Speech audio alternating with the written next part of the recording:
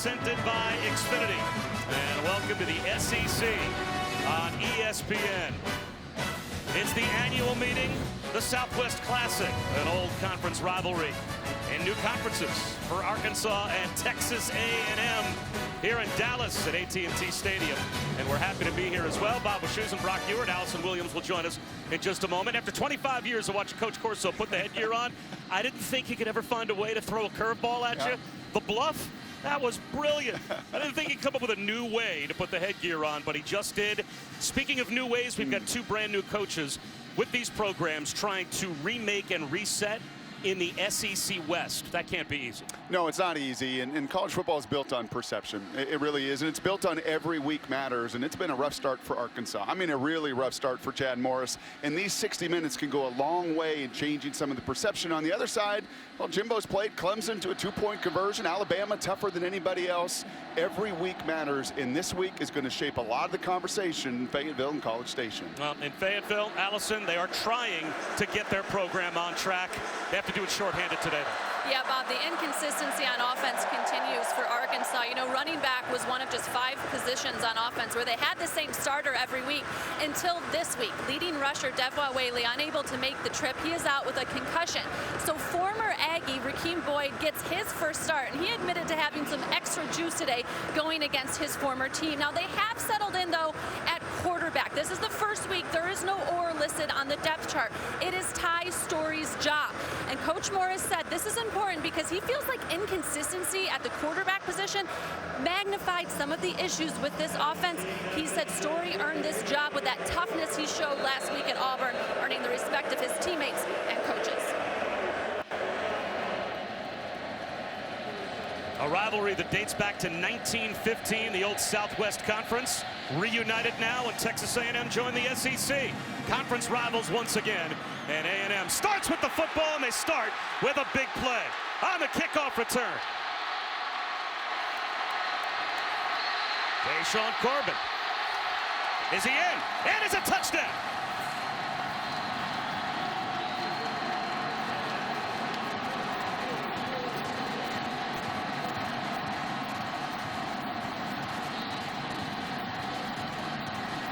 Deshaun Corbin, the true freshman, scores on special teams.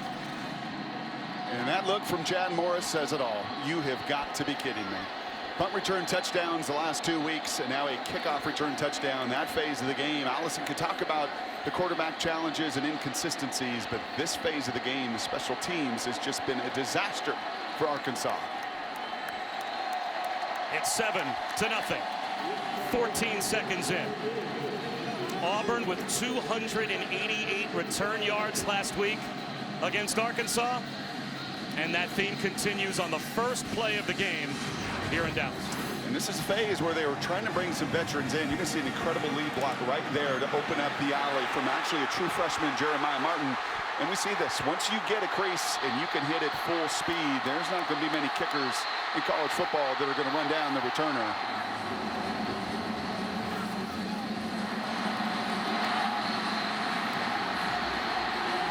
You have all week to plan and prepare if you're Arkansas. And you're saying, all right, guys, special teams, just play even against Jimbo in this team. We're going to have enough challenges on offense and defense at the line of scrimmage. Can you just play even in that phase? And hands on the hip, and you can see it all there with those numbers. It has just been such a struggle in that phase for the Razorbacks. Auburn had 5 scoring drives against Arkansas last week that totaled 99 yards. Not only did they have a punt return for a touchdown, but 99 total yards of offense required to score 5 times. That just speaks to field position domination all day based on terrible special teams.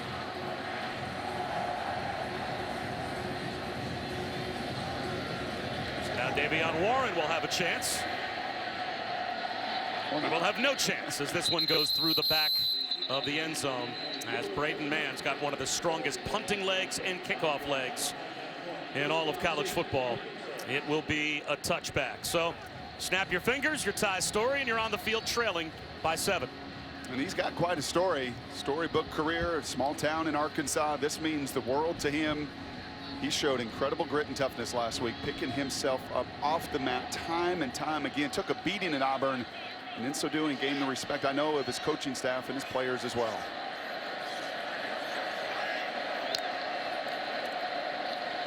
Rakeem Boyd, nothing on first down. Otaro Alaka made the stop. He makes a lot of stops. He and his buddy Dodson, 25, the two linebackers here for Mike Elko. And these are guys that played a ton of ball, and they don't mess around. Especially Alaka, when he sees something, he is coming downhill 100 miles an hour.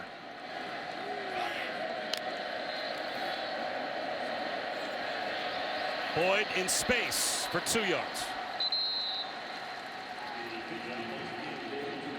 And this has been the problem. I mean, these two things just show up in the first less than 60 seconds of this game. Special teams and third downs. The conference's worst as far as executing on this down and distance, because many times you've been looking at this, and it is a group that is just not equipped on the perimeter and consistency at quarterback to win in 3rd and 8.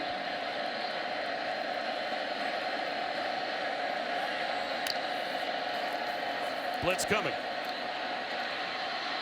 Story across his body, incomplete. Jeremy Patton, the tight end, couldn't hold on. So a nightmarish start for Arkansas. They give up a 100-yard kickoff return for a touchdown. They go 3 and out, and the tight end's limping off the field. That's too bad. They actually have it. He had good enough protection. A&M and Mike Elko loves to bring extra people on 3rd down. And Arkansas's group up front, give him credit. Gave Story the opportunity to step up into that pocket, but low and away. A drop, and now a punt. You can see as much of a strength as special teams has been for Texas A&M. It has been a weakness for the Razorbacks. Pretty good kick here, though, from Reed Bauer. Returnable for Rashad Paul. Good coverage. Back to the 21-yard line. Texas A&M about to put their offense on the field for the first time with a touchdown lead. ESPN, home of the college. We called this very game between A&M and Arkansas last season, and Brock Eward, we saw Kellen Mond make his first start in that game. Seems like he's only gotten better since. Yeah, overcame adversity, an overtime win, a 50-point shootout a season ago, and he's a tough kid. And if you're going to play quarterback for this head coach, you're going to grow some calluses really quickly. And Jimbo said he's as tough as anyone I've had, physically, mentally. Comes for his dad's been in the Army. He has been around the block, and yeah, he is. He's playing his best ball. And when you face Alabama and Clemson, it's basically downhill from there as far as the groups you're going to be facing in the front. Travion Williams breaks a tackle, has a first down and more. Near midfield before he is finally pushed out by the Razorbacks. Brock was mentioning how hard Coach Fisher is on quarterbacks. Kellen Mond says he loves it. He goes, it actually suits me really well because his expectation for quarterbacks is perfection, and that's the expectation I hold myself to. He said, I absolutely welcome the hard coaching from Coach Fisher. There is a flag on the play. Holding. Offense number 1. 10-yard penalty from the spot of the foul. First down. The entire receiving corps, it seems, for Texas A&M are all sophomores, and Courtney Davis, one of those sophomores, costs his team with a holding call. Well, I'll tell you what, you watch these guys. This whole team has gotten a lot tougher. I mean, they block out on the edge. Every one of these receivers, Osmond number 2 really sets the tone in that way, but Courtney comes along for the ride as well. They know that if they can block out on that perimeter and help their buddy out, Travion Williams is a home run ready to be hit at any moment. Spot foul, so it's still first down. Now the odd 1st and 7. Toss to Travion Williams. And this time he is met by the Razorbacks after a gain of a couple. Well, building off what Allison was talking about, Brock, with Kellen Mond taking the hard coaching from Jimbo Fisher. We've covered a lot of Jimbo Fisher's games at Florida State and saw a lot of quarterbacks that went on to NFL careers, high draft choices. All the way through his career, he's had high draft choice quarterbacks. And I don't remember him talking more glowingly about a young quarterback than he was with Kellen Mond yesterday. Yeah, I would tend to agree with that. 11 of his quarterbacks in the NFL, the last half dozen have all been first-round picks, and I think it speaks to the kid's toughness and perseverance. His first throw is on time. Jace Sternberger, who's been quite a find at tight end. Tight end, a position that A&M fans weren't used to seeing much of, and Sternberger emerges And he is right on the doorstep of a first down. He's been awfully good for him. 4 touchdown receptions. And I mean, we've talked about it seemingly more, Bob, this year in this September than I can ever remember as well. Just the number of unique stories in college football. And you can see there, I mean, just no production over the years at that position. And for Jace, been phenomenal. Guy started at Kansas, went to a junior college, and you got talent, they will find you.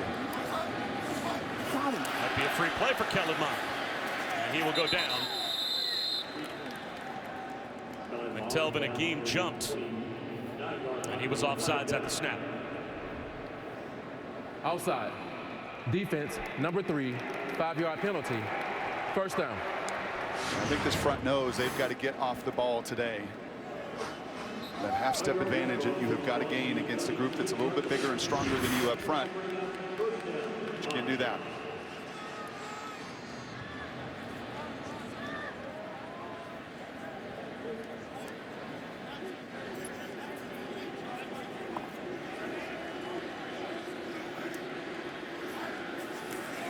Play action. Travion Williams there to pick up the blitzer. Mond has time. Trying to lead his receiver to the sideline. And Kendrick Rogers couldn't pull it in, but it looks like he drew a flag. Redshirt freshman Jarquez McClellan was back in coverage.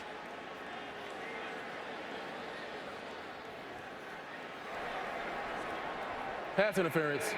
Defense, number 24, 15-yard penalty. Automatic first down. And if you're going to miss short, because then you at least get the opportunity for that, and I guess some early contact deemed by the back judge. And Rogers has grown more and more week after week. Chad doesn't like it, but I bet part of him saying, if you're going to call it that way, and you're going to call it tight, you better call it that way for 60 minutes and for us on the other side too.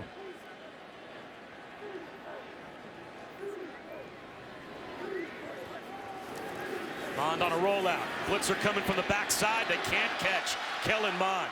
Boy, he has wheels. And he's got a first down easily inside the 40-yard line. He picks up 12. Maybe that's another reason that Jimbo was pretty effusive in his praise yesterday.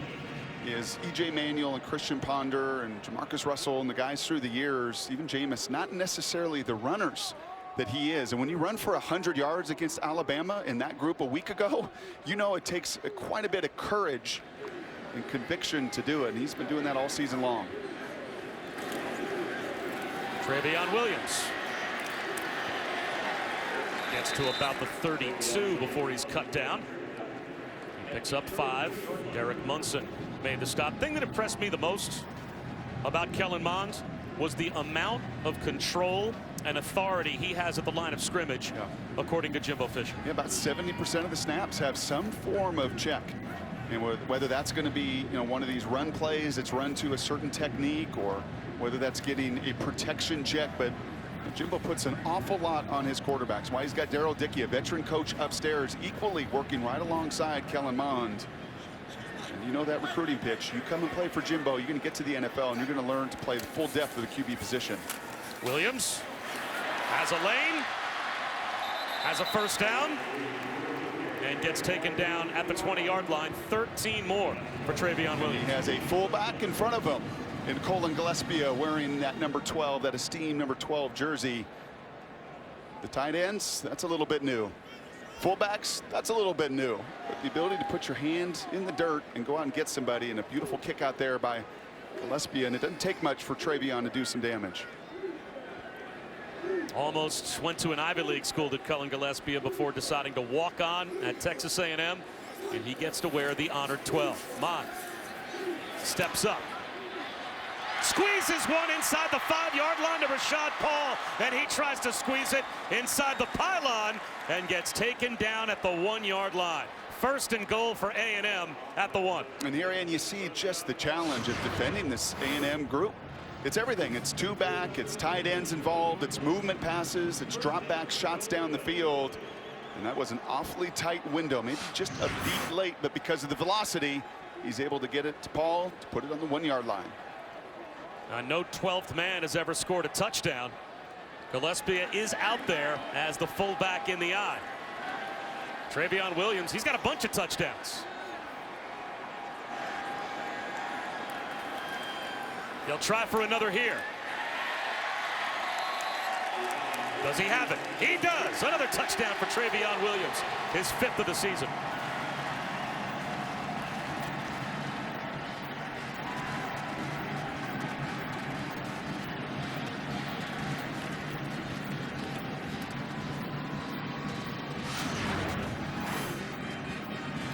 It's that fullback. It was the 12th man that didn't get the ball, but he got the first block. He initiates the second contact, and the power right on through.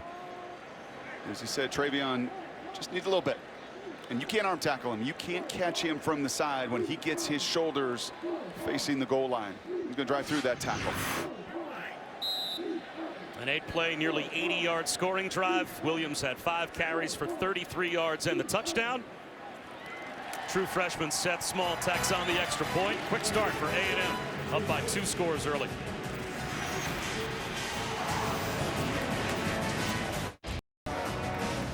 It's the Southwest Classic here in Dallas, Texas A&M and Arkansas.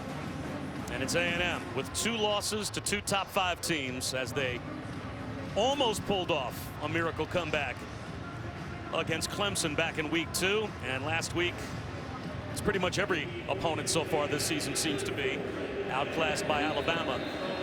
But they are off to a quick start against Arkansas. Bob Wischusen alongside Brock Hewitt. Allison Williams with us here in Dallas as well. Avion Warren. He's going to bring it out from 2 yards deep. Bad decision. Never a bad decision to talk to Adnan Virk. Right back at you, Bob Wischusen. Great to hear you guys out of the gate. West Virginia, Texas Tech. Will Greer's not wasting any time, Bob. Goes right to Gary Jennings, 13-yard touchdown. It's 14-0. As Jesse Palmer said, first one to 100 wins. Games on ESPN 2. And Alabama is hosting Lafayette. Good luck. Tua Tagovailoa to Henry Ruggs, 14-0 on the SEC network midway through the first. Bob, back to you and Brock. It's always a good bet to figure out when West Virginia and Texas Tech play football. Will the football game outscore the basketball game when they play in the winter? It's got a chance. Rakeem Boyd, well, as a field position, has not been the enemy of Arkansas so far this season. And Brock, you make a bad decision to bring a kickoff out from 2 yards deep. And you are starting now inside your own 12-yard line, and you'll lose a yard on first down. And Matabike is a monster. I mean, he has become such a stud. I think a player that's really grown in confidence when he plays some of the very best in college football. Remember his name this season. He's going to keep getting better and better. Story on the slant. May have been tipped at the line, and that might have thrown the timing off for Jordan Jones, as Debian Renfro thought he might have had a chance at a pick. Now it's 3rd down and 11. And here you go again. It was 3rd and 8 the first time. Now you're 3rd and 11, and you just can't live in these situations. Trying to use tempo to simplify the blitzing on the other side. But these are hard conversions for the best of offenses in college football, let alone one that has had so many moving parts. A&M shows a 6-man rush. They'll rush 4. Story out of the pocket. Inside the 5, and he's dragged down. Landis Durham gets the sack. His 2nd of the season. And it goes from bad to worse for Arkansas. They'll be punting from the end zone. Yeah, you get Durham on a running back, and this is why Mike Elko is being paid what he's being paid here to coordinate this defense. Why Jimbo wanted him. He matched wits with him when he was up at Wake Forest, and you just move around your personnel. We talk about matchups on offense. I got to get this matchup, that matchup. You can do the same on defense with your blitz package. Durham beating the running back too easy, too clean. And a punt in your end zone. Boy, talk about showing zero respect for the opposing team's punter. Rashad Paul was set up at Arkansas's 40-yard line. Now he's got it at his own 49 with a flag down. I think 3 different officials saw the same foul, as 3 flags all came flying in after a 47-yard punt, which for Reed Bauer wasn't too bad from the back of his end zone with pressure coming.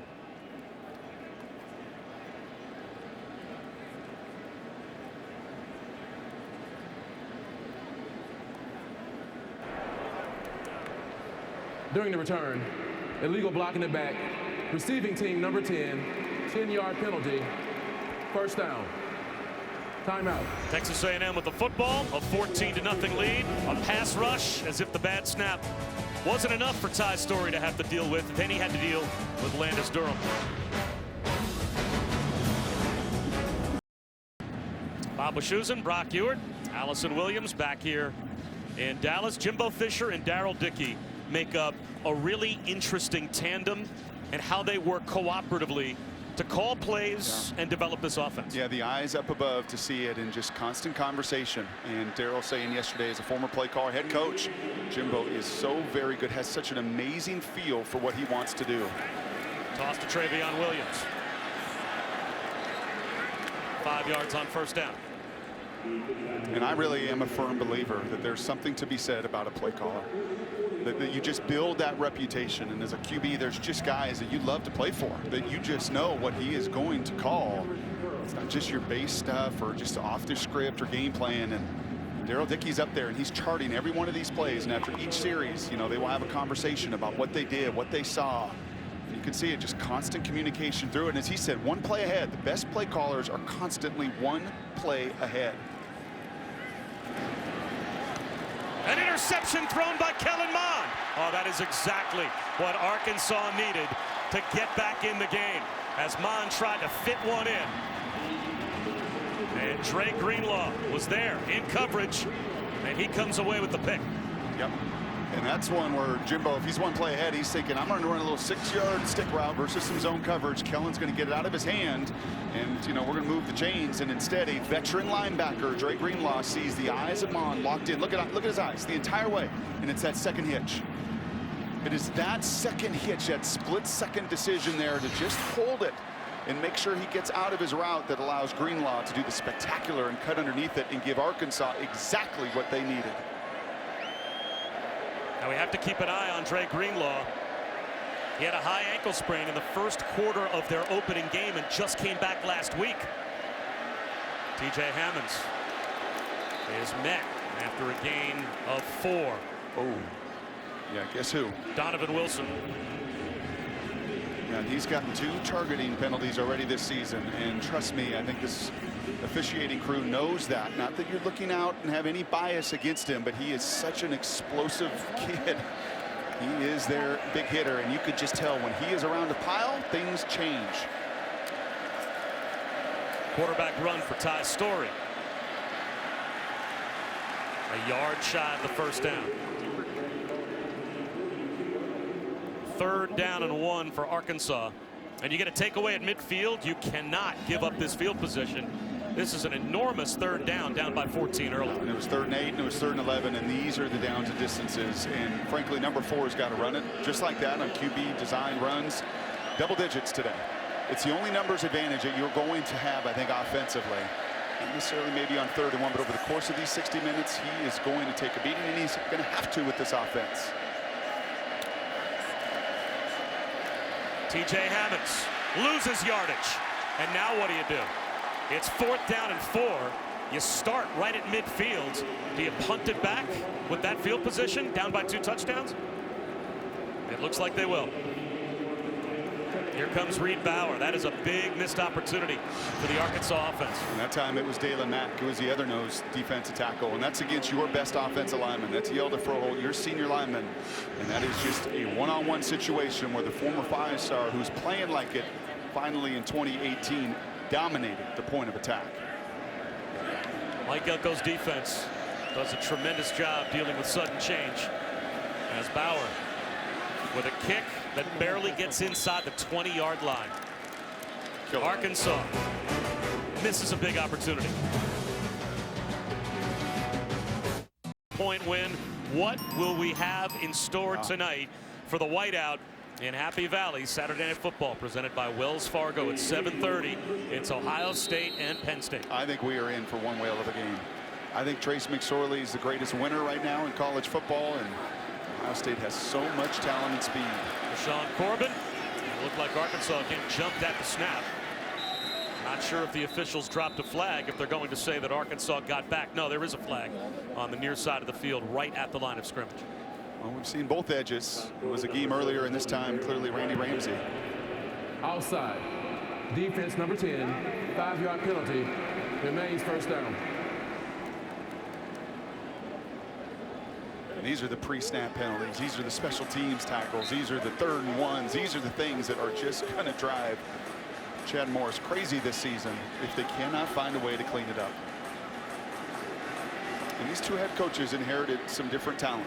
You know, different programs, different pieces in place. You don't have a quarterback you feel good about. It's awfully difficult. And you got an entirely new scheme that makes it that much harder as well.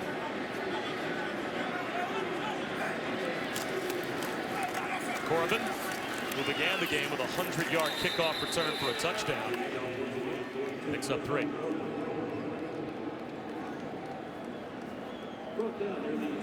And you just take a look, you know, these tight ends, all 3 of them were not on the roster for A&M last year for Jimbo Fisher. They had some work to do. Trevor Wood was a graduate transfer. Told you the story of Sternberger earlier, but just look at the difference there under center for Kellen Mond. Those numbers are crazy. 7 snaps under center all of last season. Already 34 snaps under center this year, and we're only into the 5th week. It's a totally different offense. As Corbin finds a jump cut, looks like he finds a first down right at the line to gain. Randy Ramsey was there to make the tackle, but it will be A&M moving the chains. And I'll say this as well. I know there are so many spread schemes in college football, but I think if you surveyed the 129, 130 offensive coordinators and said, what personnel group would you like? I think most of them would still say, give me 2 tight ends. Because the flexibility it gives you, especially when you've got an athletic tight end, because it keeps base personnel, it slows down defenses. It just gives you so much more artillery in your game plan when you've got that position, especially 2 of them.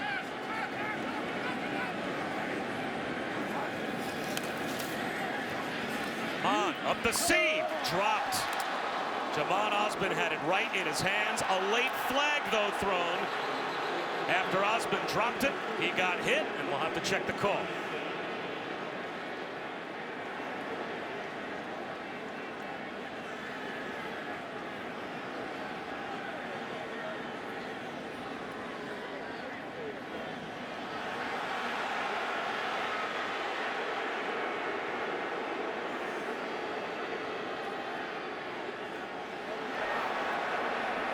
Personal foul, defense, number 9, targeting. The previous play is under review. That's the senior Santos Ramirez. McClellan was there as well as they sandwiched Jamon Osmond. Let's take another look. Watch number 9 on the right side of your screen.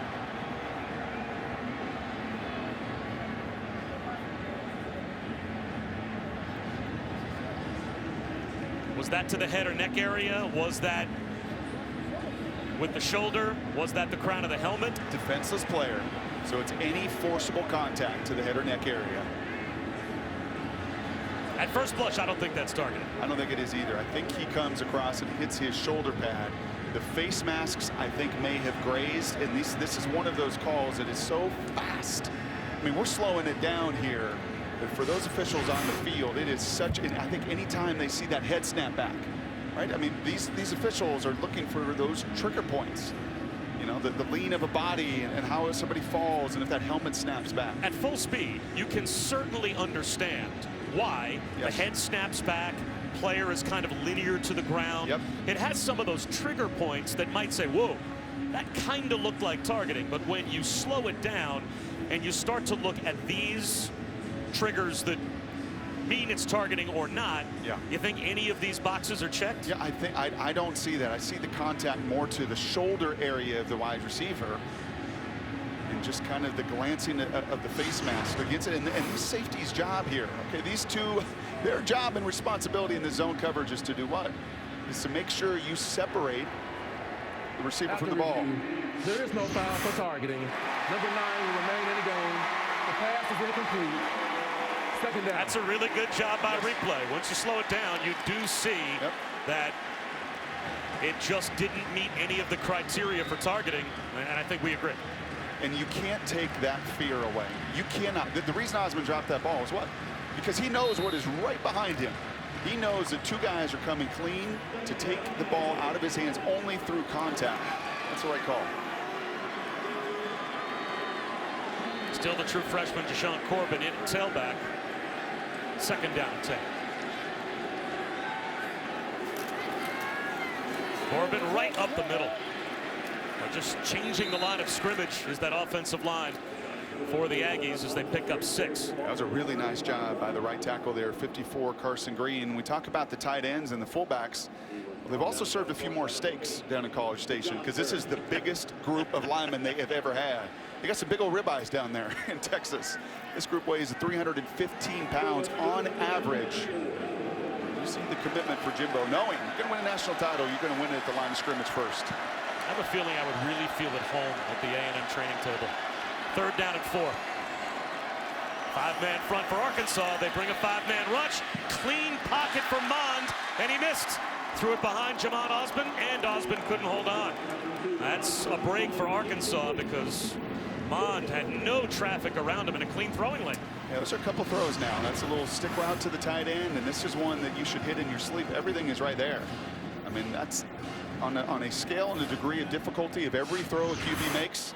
That little 5-yard in cut right in front of you, wide open, about as easy as it gets, especially for 2 guys that played a senior year of high school together as they did at the IMG Academy.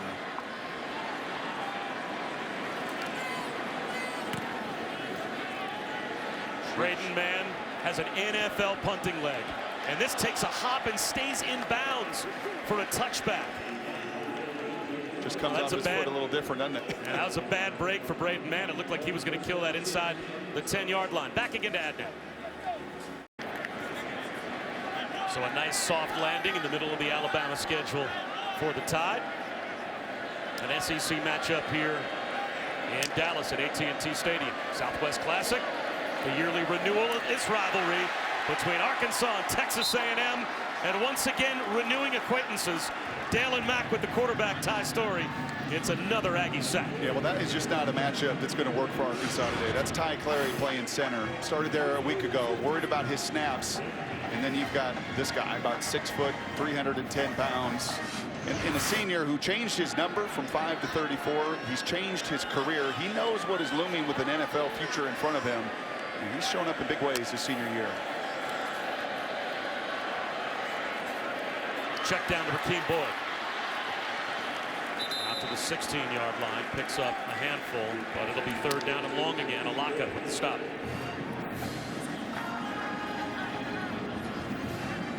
This offense can't afford negative plays. And there are certain offenses that have the explosive ability. If they take a sack, if they get tackled behind the line of scrimmage, they can recover. This group this year has just not shown an ability to dig themselves out of that hole.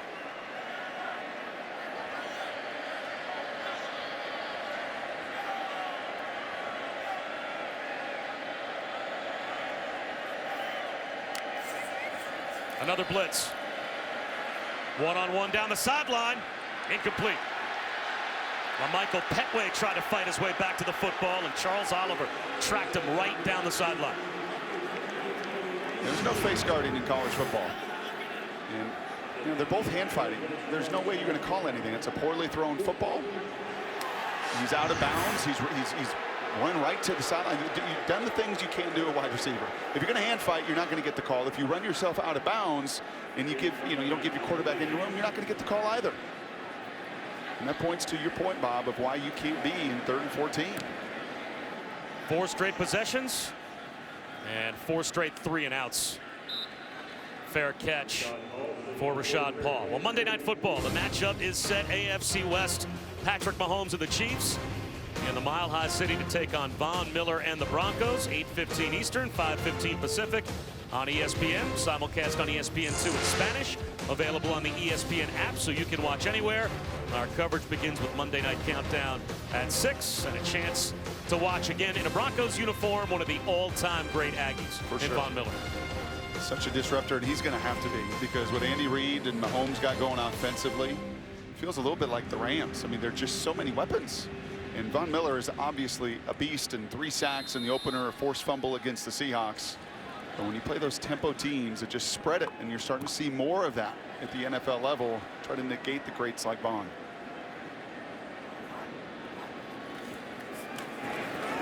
Travion Williams picks up 2. That will take us to the end of the first quarter. 14-0. Texas A&M has the lead over Arkansas after 1 here in Dallas.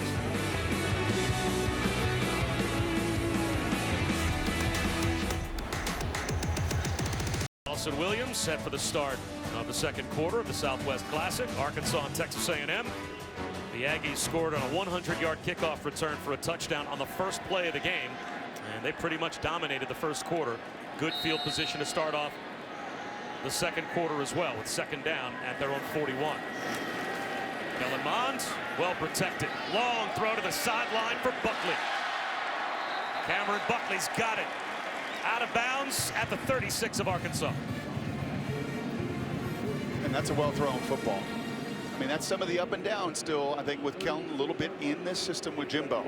Is the little 6-yard out route, the little 5-yard in route, like those gimmies. You call those gimmies, I think, as a coordinator, as a QB. And then that post corner, that long throw all the way across the field is just thrown beautifully. And thrown from a perfectly protected pocket. You think? Boy, that's like 7 on 7. Williams inside the 30 and into the red zone.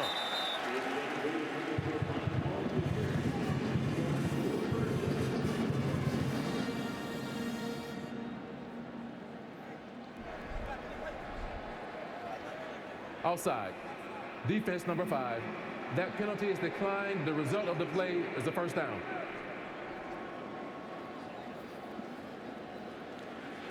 That's now the third offsides here, right at the bottom of the screen by Arkansas. You've seen it from every one of those edge players, and it's just trying to, and that's Gerald, the JUCO transfer. That's just trying to, once again, get a head start.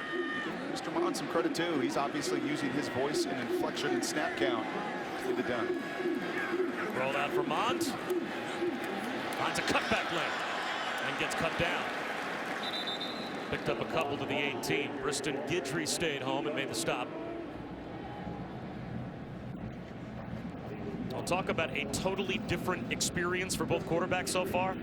I'm not sure from your playing days if you can empathize with a Ty Story, who feels like he's under siege on every play, or Kellen Mond just getting to stand behind a brick wall. Yeah, with I mean, no Kellen, pressure on him when he wants to drop back. It looks like Jared Goff the other night with the Rams. You're just playing 7 on 7, unconscious because you're not feeling any pain.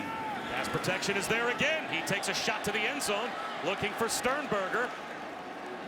It looked like Ramirez might have gotten a hand up on Sternberger's shoulder pads. No flag comes out. Guys, it's a good thing that A&M line is playing so well, because everything they do gets blown up on that giant jumbotron here at AT&T Stadium, and that's how offensive line coach Jim Turner watches the game. He actually kind of backs up into the tunnel so he can see the screen. He said there is nowhere better to coach than here because of that vantage point. He told his guys, don't hide and don't lie to me because I can see everything. That screen is bigger than my backyard. Mond over the middle. The crosser is Jamon Osborne. Well short of the first down, though, so it is 4th down and 3.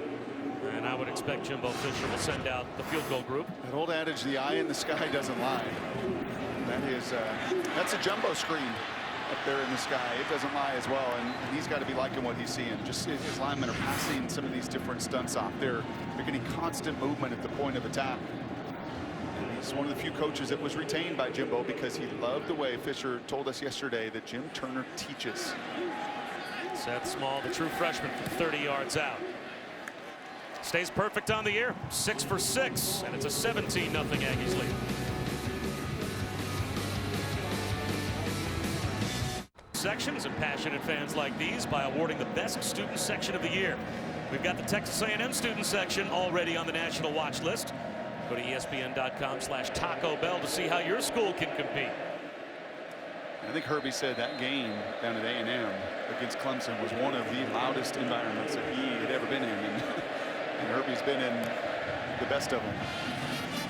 Well, all the A&M fans that have made their way here today, they're making plenty of noise as we go back to Adnet again.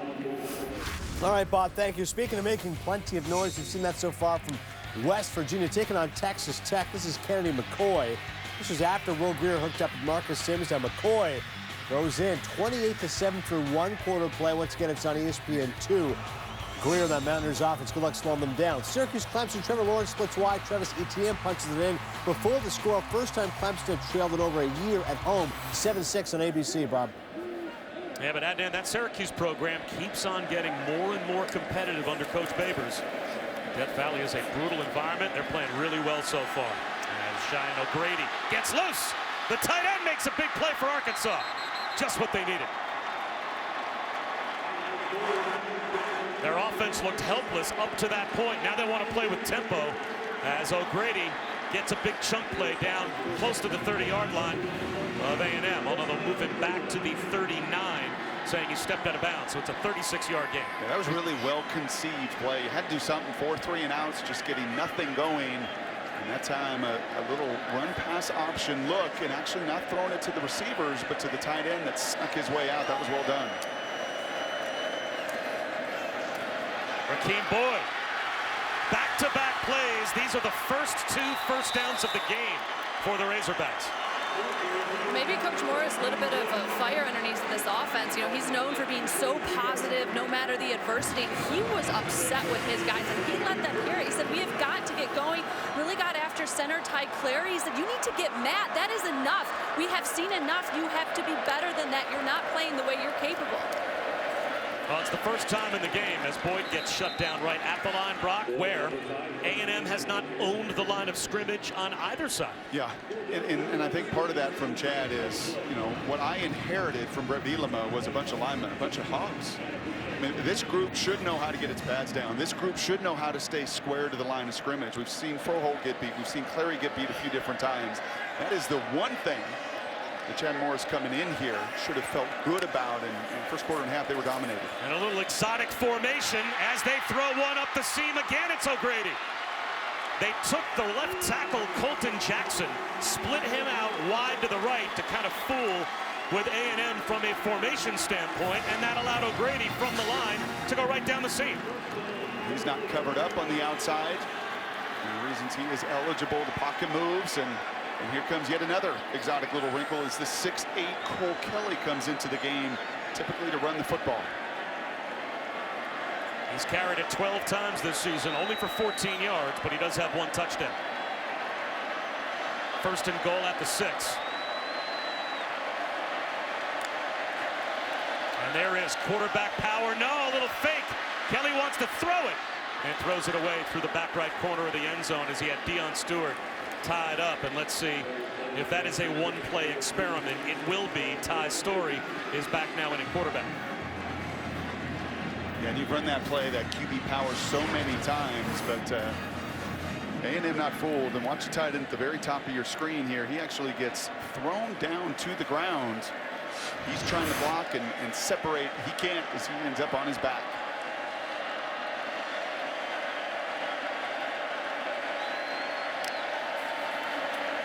Quick toss out to the edge. T.J. Hammonds cuts it back and is brought down just shy of the goal line. Wow. Third down and goal. That was one heck of a tackle from Tyrell Dodson. As you could hear the Arkansas faithful in this building all rise to their feet. It looked like there was so much space. But that's what the unique tacklers do. The leading tackler was Dodson a season ago with 100. And the quarterback change made once again. Story out and the 258-pound Cole Kelly in. Big country. Third down and goal. Inside the 1.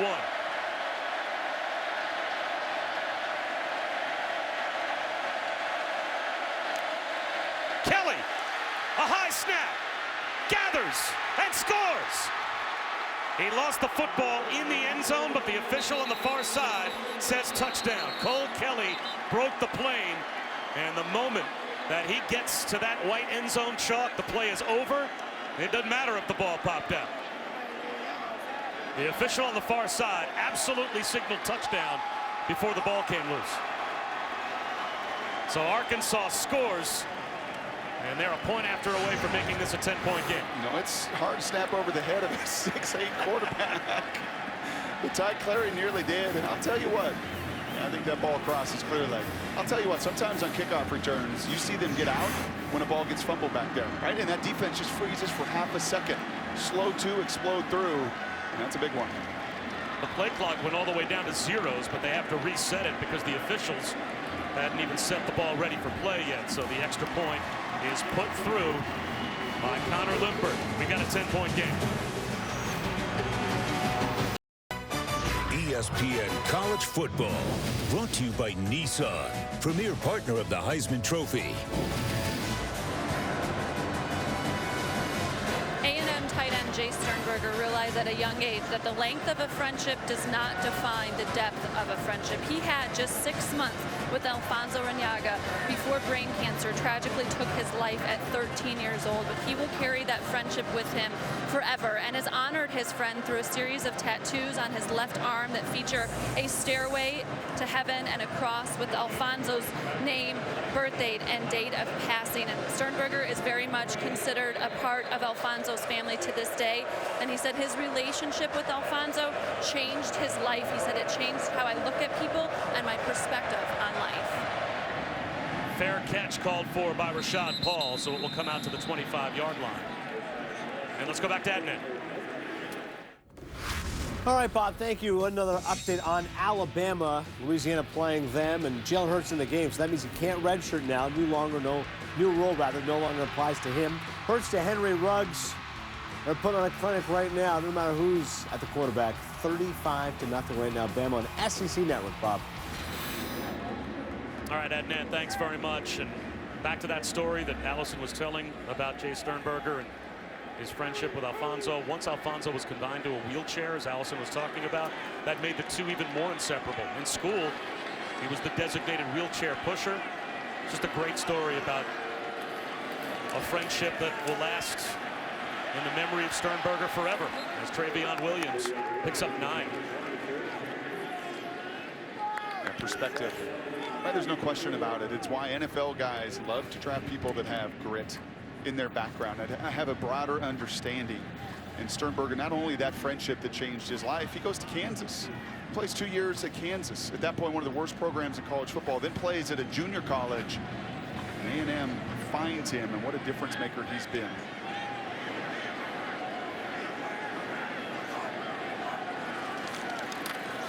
Williams. Looks like he has a couple of yards in the first down. And talking to Jimbo Fisher about wanting to come to Texas A&M, employ his system, which involves the tight end. Well, the previous system didn't involve the tight end at all.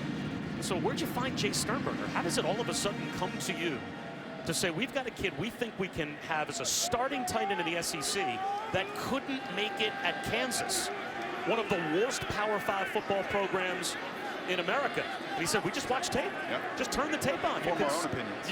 You can see on the tape that he can do this. And boy, were they right. He's got 4 touchdown receptions already this season.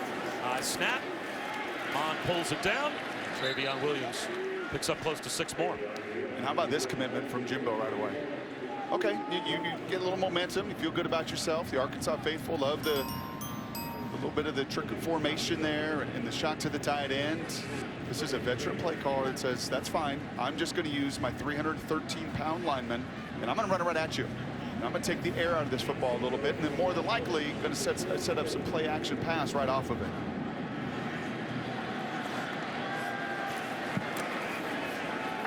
It's Williams. And that brings up 3rd down and short. Dre Greenlaw held the edge. Santos Ramirez helped on the stop of Williams. So this is a big moment, you can sense, midway through the second quarter for Arkansas's defense. Can they get a stop on 3rd down coming off the touchdown?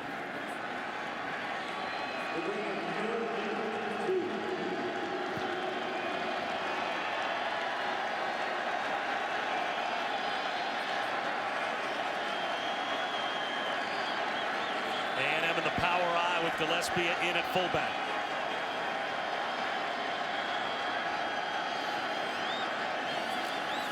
A toss to Travion Williams. Looking for a cutback lane. Brought down right at the line to gain. Cameron Curl, Randy Ramsey combine on the stop. It depends on the spot of the football. Looks like he might be just a shade short. See if the officials call for the chains. Looks like they will. That's headlinesman Johnny Crawford coming right down the line. A nice job there by the outside linebacker, Hayden Henry, the former walk-on. He sets the whole edge, and I think that is a good spot, just short of the 46-yard line.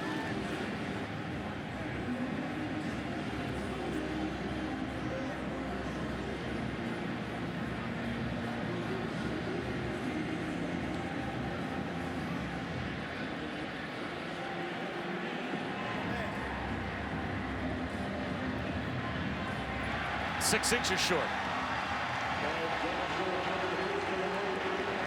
Got the best punter in college football. You've also drawn this team offsides 3 different occasions. I think at a minimum, you've got to go out there and at least attempt that. I mean, they've shown an undisciplined nature as it is. A QB that loves to run the ball, you outweigh them up front. Well, the Aggie fans love it when they see the offense back on the field on 4th down and 6 inches. It is on Texas A&M's own side of the 50-yard line with a 10-point lead. And as you said, Brock, a punter in Braden Mann that set an NCAA record last week, averaging close to 61 yards per kick against Alabama, and already has a 65-yarder in this game. Will Texas A&M snap the ball on 4th down and less than a foot?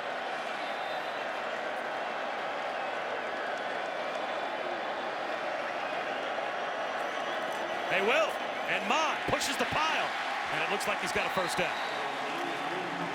You've got a quarterback that is adept at running the ball anyway, and then your best offensive lineman, we've not called Eric McCoy's name, but he is their best, most talented offensive lineman up front.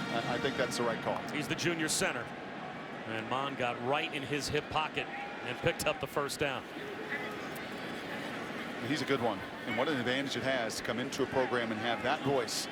You search for quarterbacks, you also search for voices in the middle of your line, and his is growing. Play action now for Mond. Wide open Sternberger down the sideline.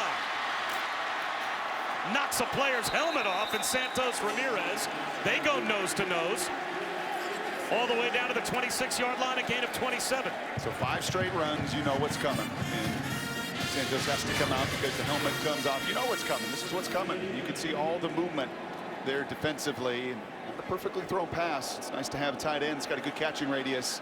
And then even more so an ability to catch and run.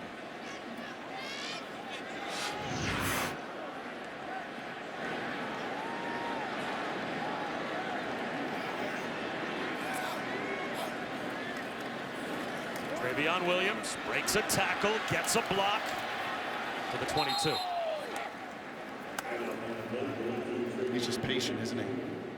You see a lot of programs use a lot of running backs. I said to Jimbo yesterday, do you even play another running back? Is anybody else?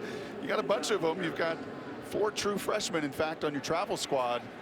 I think when you've got someone as trustworthy as Travion, who loves to pass protect, who can catch the ball, Jay Graham, the running back coach, just, I think, loves the dependability that the veteran brings. He was a 1,000-yard rusher as a freshman, 733 yards last season. Play action fake for Mond. A little head fake. Play maybe coming back, though, as a flag was thrown at the line of scrimmage on the run by Mond. Holding. Previous spot. We're going to the previous. That's a little preview of the call there. I'm not sure if you could hear the referee's microphone turned on, but it is holding against Texas A&M. And Jimbo's yelling, why? Why? Offense number 81. 10-yard penalty from the previous spot. 2nd down. And that is the first recruit for Jimbo Fisher at Texas A&M. Jay Sternberger, the tight end, called for the penalty. Yeah, and it's right out in front of everybody, and you're trying to block and then get out. Now, Michael Taylor also has him, but it's unfortunately the second guy that's usually going to get the call. So the defensive end, he's got a sense in the field in Taylor of what was coming. So he gave a little tug, and then unfortunately, Jace gave a little bigger tug of the uniform, and that's the penalty in the spot foul.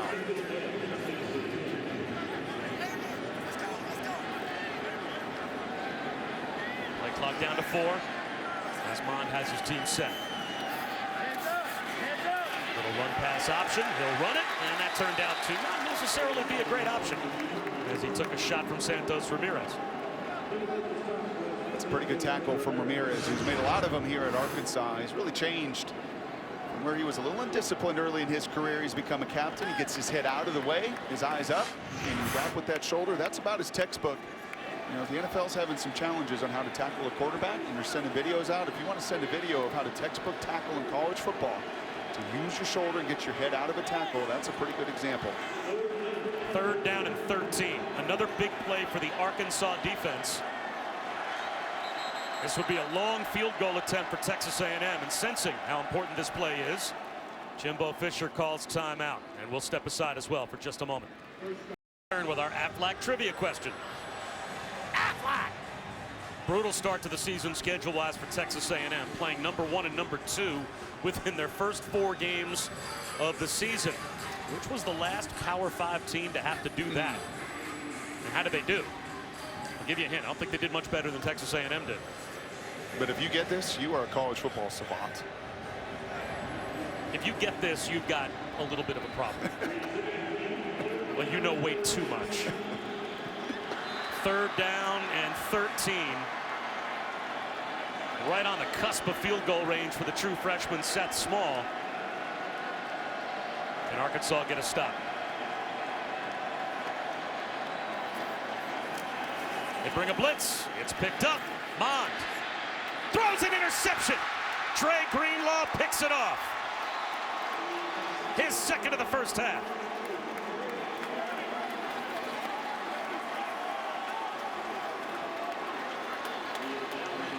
There were 2 things you could not do if you're Kellen Mond before that play. You could not take a sack and knock yourself out of field goal range, and you could not turn the ball over. And you see the feet there. Once his feet move, he loses his eyes. He loses, and you're right, there was a funky little blitz there. John Chavis, he knows A&M pretty well. He coordinated the defense there a season ago, and he brings just a little new look there on 3rd down, and Mond just does not respond. That's 2 giveaways in the first half. Arkansas has to take advantage. Story wanted to set up a screen. Now he's got to run for his life and gets thrown down by Matabike. Well done by the A&M defense. They stayed home and sniffed out the screen. And Brock, just before the Greenlaw pick, just before I called it, I was thinking in my head, this is the first time it looks like I've seen just a little bit of pressure, even if it's token pressure, into the eyesight of Kellen Mond. And what does that token pressure create? Just didn't see Trey Greenlaw, and he throws a pick. There's no question. And now Arkansas will get the ball to begin the 2nd half. And more than anything right now, you are just simply looking for a 1st down, to not give the ball back to A&M. Jet sweep. Jordan Jones. Nothing there. Now you wonder if Jimbo Fisher might call a timeout. Down to 2:37 to go. He's got a couple left. He can preserve time here for his offense now that they've got 3rd down and 16. And he's going to let the clock run. And if you're Arkansas, I would think you would let the clock run as well, wouldn't you? Well, yeah, and I think he knows that Arkansas's punters have struggled all season long, one of the lowest net punting teams in all of college football. And to keep a couple of those timeouts in his back pocket, he will have enough time if they get this stop here. Blitz. Screen pass. Caught by Rakeem Boyd. And he is brought down inbounds with 1:58 to go. And now a timeout will be used by Texas A&M. So they'll be down to 1 remaining. That was tremendous effort from Malaka once again. These linebackers fly around, man. Times maybe in coverage, not their strength, but anything sideline to sideline, or when 42 can sniff it out, that is a run and hit missile. We'll step aside for a moment. Come right back to Dallas. The always disturbed Brock Huard knew, of course, that it was Michigan State back in 1989. Starting off early with Notre Dame and Miami and lost both. I was in my living room with Big Brother and Dad watching those games. And charting who played who, and yes, the rankings and whatnot. Let's see where field position sets up for Texas A&M after the Bauer punt. Another good-looking kick. Rashad Paul driven back inside his 30. Just about gets lassoed down, breaks a tackle, and gets walloped after breaking a couple of tackles to the 26-yard line. A 50-yard punt by the true freshman, Reed Bowers. We go back to Adnan. All right, Bob, thank you. Coming up on the Alexis halftime report, the freshman phenom Trevor Lawrence getting the start for Clemson, but injured. An update on what's happening against Syracuse, plus an update on a couple of Heisman contenders, Will Grier and Tua Tagovailoa, and we'll look forward to what's happening in Happy Valley tonight. Going to be a blast, Bob. Back to you and Brock. All right, Adnan, thanks very much. How often have we seen this season quarterbacks transfer, and after they transfer, the landscape that they left behind turns out to be a lot different than they thought when they walked out of the school when they didn't get the job? Interesting. Ravion Williams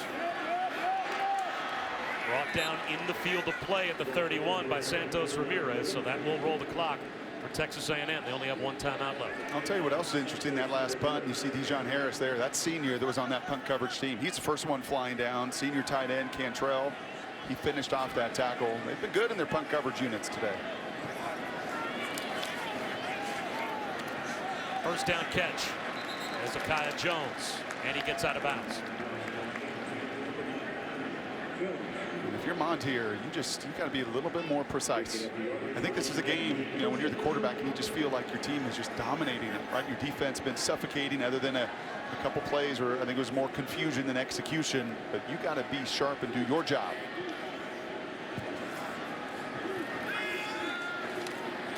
Pitch and catch. Hezekiah Jones out of bounds again. 9 more. Reserves time. 1:11 to go. And Texas A&M still with that one very valuable timeout. See the freshman kicker who's been perfect on the season, and Kellen Mond has played against this defense. John Chavis, and he knows he will give you completions. He also knows when they get to that 5-man front, you better start expecting a little pressure and man-to-man coverage coming. Only a 4-man rush here. Good clean pocket again for Kellen Mond. And again, he finds Hezekiah Jones. That picks up the first down, so that'll stop the clock at least for the moment. 10 more yards to the Arkansas 43. Now the clock rolls. Blitz. Mond steps up. Sternberger, another catch, another first down. Forward progress stop at the 29-yard line. That's 13 more. That was a nice job there. You see the difference on that interception where he just kind of loses composure with a little pressure, and that time Mond steps right up, and he never loses his body posture. He never loses his eyes, and he throws one right on the money to his security blanket, his tight end. Mond, he's taking a shot towards Hezekiah Jones. And Jones is walled off by the true freshman, Jarquez McClellan. You got that tight end, that timeout in your back pocket here. Not every throw has got to get down into the end zone at this point with 25 seconds. You can continue to utilize, I think, the entire field here with that timeout. But you also know you've got to remind your guys, if it's caught in front of that first down marker, you have a real sense of urgency. Well, Jimbo Fisher told us he would be comfortable with Seth Small from anywhere 55, even 56 yards. You can see they're well within field goal range now. Mond. Long throw to the sideline, looking for his favorite target on this drive. Jones, incomplete. Kevin Richardson all over that, the veteran. We've not seen a lot this year for Arkansas, getting back on the field. I think you see the game plan here on this drive by John Chavis, defensive coordinator, was not going to give up the big play, keep everything in front of him. How about Mond? As this is the exact situation he was in a short time ago, in field goal range, facing third down and long. Take care of the ball and no sacks.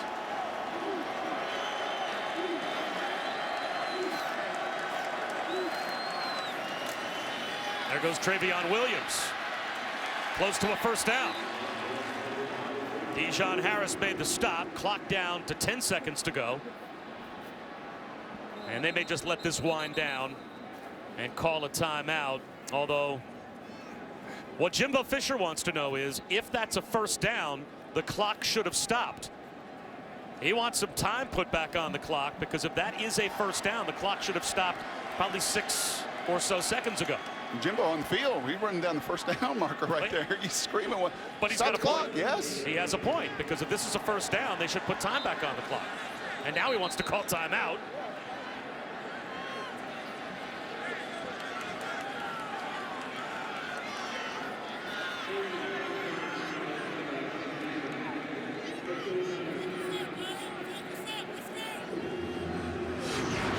So the clock should stop at the end of the play if this is a first down. Well, you can see the clock on the left. Operator, please reset the game clock to 5 seconds. 5 seconds on the game clock. Thank you. Should have stopped with about 15 on the clock. Theoretically, maybe 13 or so, but it continued to wind. Yeah, I think that is if that linesman deems that it was a first down. I think as he's running in to spot the ball, he does not know that at that point. Sure. He's got to make that judgment as well. And as he's seeing that and he's running down the line, Jimbo thought it was. He thought it should have been stopped, and that's what this conversation's about. But that linesman's got to run up to the spot, and see where it's at and whether it is indeed a first down, as he ultimately then judged.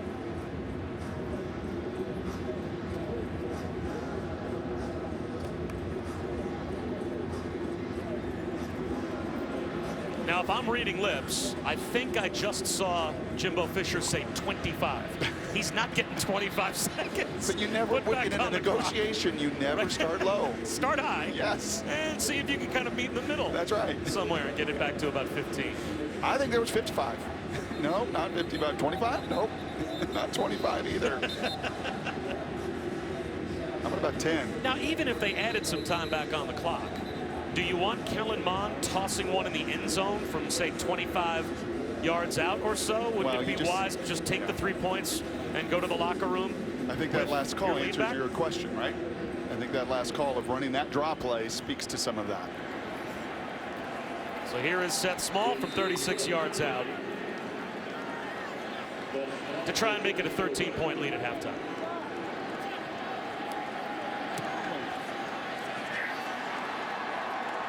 And he missed. And that's not only a break for Arkansas that he missed. Chad Morris, the head coach for the Razorbacks, was standing right alongside an official, and he was trying to call a timeout and didn't get it granted. He wanted to call the let's ice the kicker before halftime timeout and make the true freshman think about it a little bit longer. Looked like the timeout didn't get granted, and as a result, he gets the missed field goal after all. And as a result, it's a 10-point game with 2 empty trips down into that red zone area with a pick and a missed field goal. I thought I saw him try to call timeout right before the snap.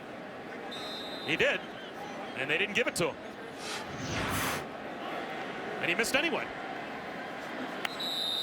Arkansas will start the third quarter with the football down by 10.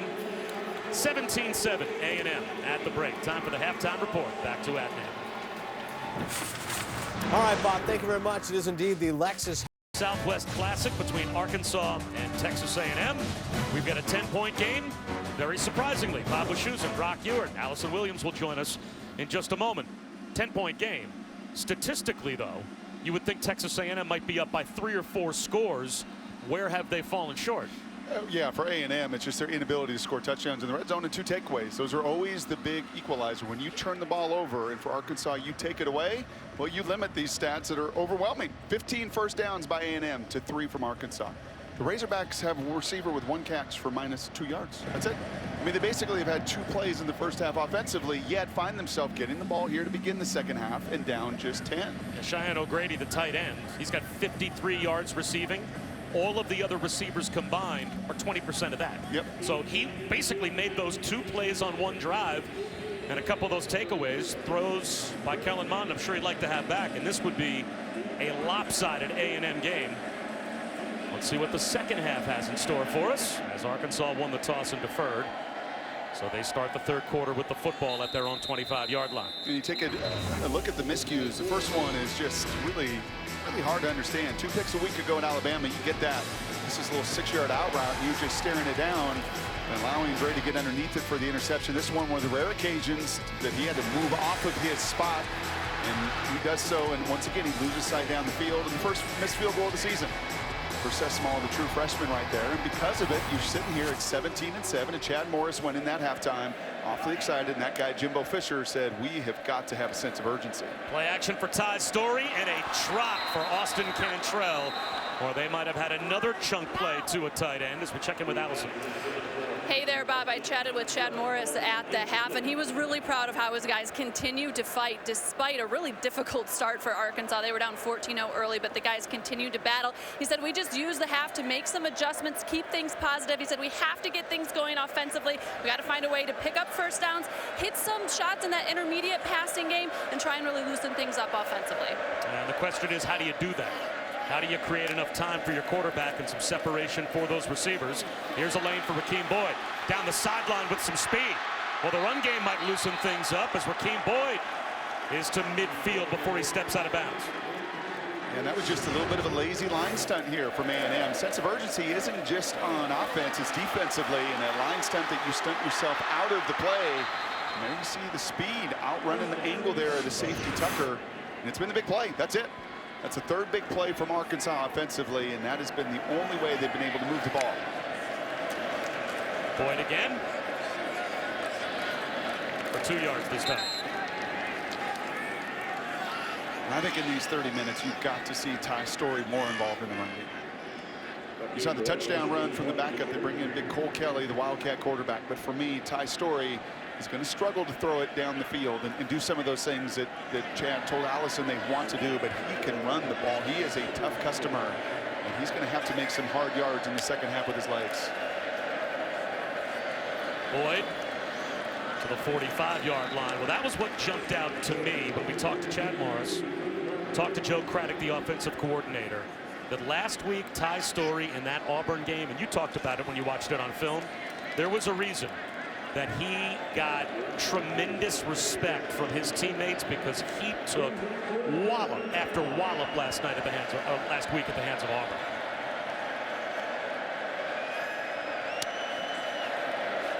Set to throw here. Pitch and catch on the slant. Jared Cornelius. There you go. There's a wide receiver making positive yards. And that's what you can do at 3rd and 4. Right? You can live in those situations and run those very conservative little in routes, and a well-timed by Jared Cornelius there. Slant route, getting that inside leverage and providing his quarterback the opportunity to move the chains. The first positive yards of the game for an Arkansas wide receiver.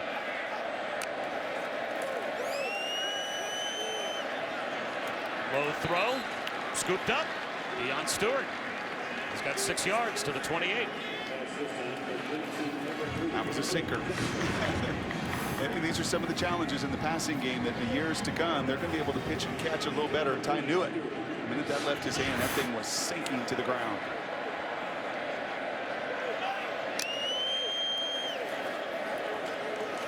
Chase Hayden. This will bring up a big 3rd down. He gets a yard. Justin Matabike drove him back once he got to the 27. So it will be 3rd down and 3 on this all-important first possession of the second half.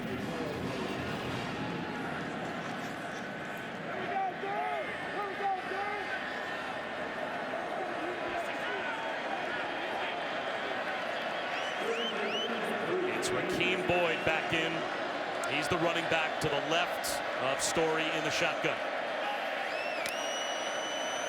It's a blitz from A&M. Storey under pressure goes down at the 30-yard line. So now it's 4th down and 6. And you knew Mike Elko was not going to sit back. He set a little zone coverage earlier. He was going to bring the heat of Chad Morris and that offensive group, and they bring 6. They play man-to-man outside. There's really nowhere for Ty to go with the ball. Just trying to save enough real estate to at least attempt this field goal. So here's Connor Limpert, 6 for 9 so far on the season. His career log's 54, so this one from 47. Well inside his range. And he's got it. It's a 1-score game. Points to start off the 3rd quarter for the Razorbacks.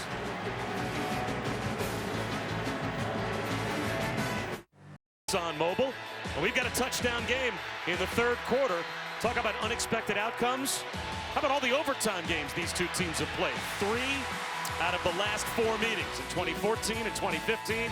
And we were here last year when Christian Kirk caught a 10-yard touchdown score in overtime for Texas A&M to survive. Now, Brock, you look historically at this rivalry, and certainly recent history, the games so often go right down to the end of the 4th quarter, if not into overtime. And statistically speaking, I mean, before that drive, you would not have imagined in any way that this game would have been 17-7.5. A little pooch kickoff. And it seems like Arkansas willing to give up some field position out to the 33-yard line. And tonight on ABC, it will be a whiteout in Happy Valley, a top 10 matchup. Ohio State, Penn State, 7:30 Eastern, 6:30 Central on ABC, and live on the ESPN app. So you can watch anywhere. Brock, your thoughts? Well, there's just a fun factor every once in a while. And the fun factor in that building with 109,000 people speaks for itself. And then it's McSorley, Trace McSorley. You know, we got a chance to see him as a young player, and you could just see there was something different about him.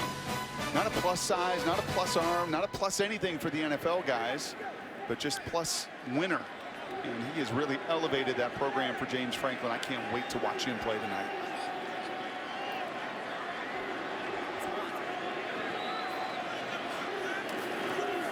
Travion Williams out to about the 35-yard line for 3 yards. It'll be a pinball machine potentially tonight, Allison, in Happy Valley. Yeah, it's going to be quite the scene there. The whiteout conditions. It always is an electric place to watch a football game. And imagine being from Denmark and the first time you see real American college football is an Ohio State-Penn State game. Well, that was the case for Arkansas lineman Hjalte Froholt. He went to the game there in 2012. He grew up in Denmark, came to Ohio as an exchange student. He said he walked into that stadium and was in awe. He said it was scary but awesome, and that was the first time he saw a big-time college football game. Out to the 40-yard line, maybe the 41 for Hezekiah Jones, and there is Hjalte Froholt over on the sideline. That is kind of a, wow, this is what college football is always like. Yeah. If that's your first ever game, must have been a lot of games since that Hjalte Froholt has seen that didn't quite match up to an Ohio State, Penn State whiteout. 3rd down and 1. Some soccer environments over there in Europe that look and feel and sound an awfully lot like that. No question.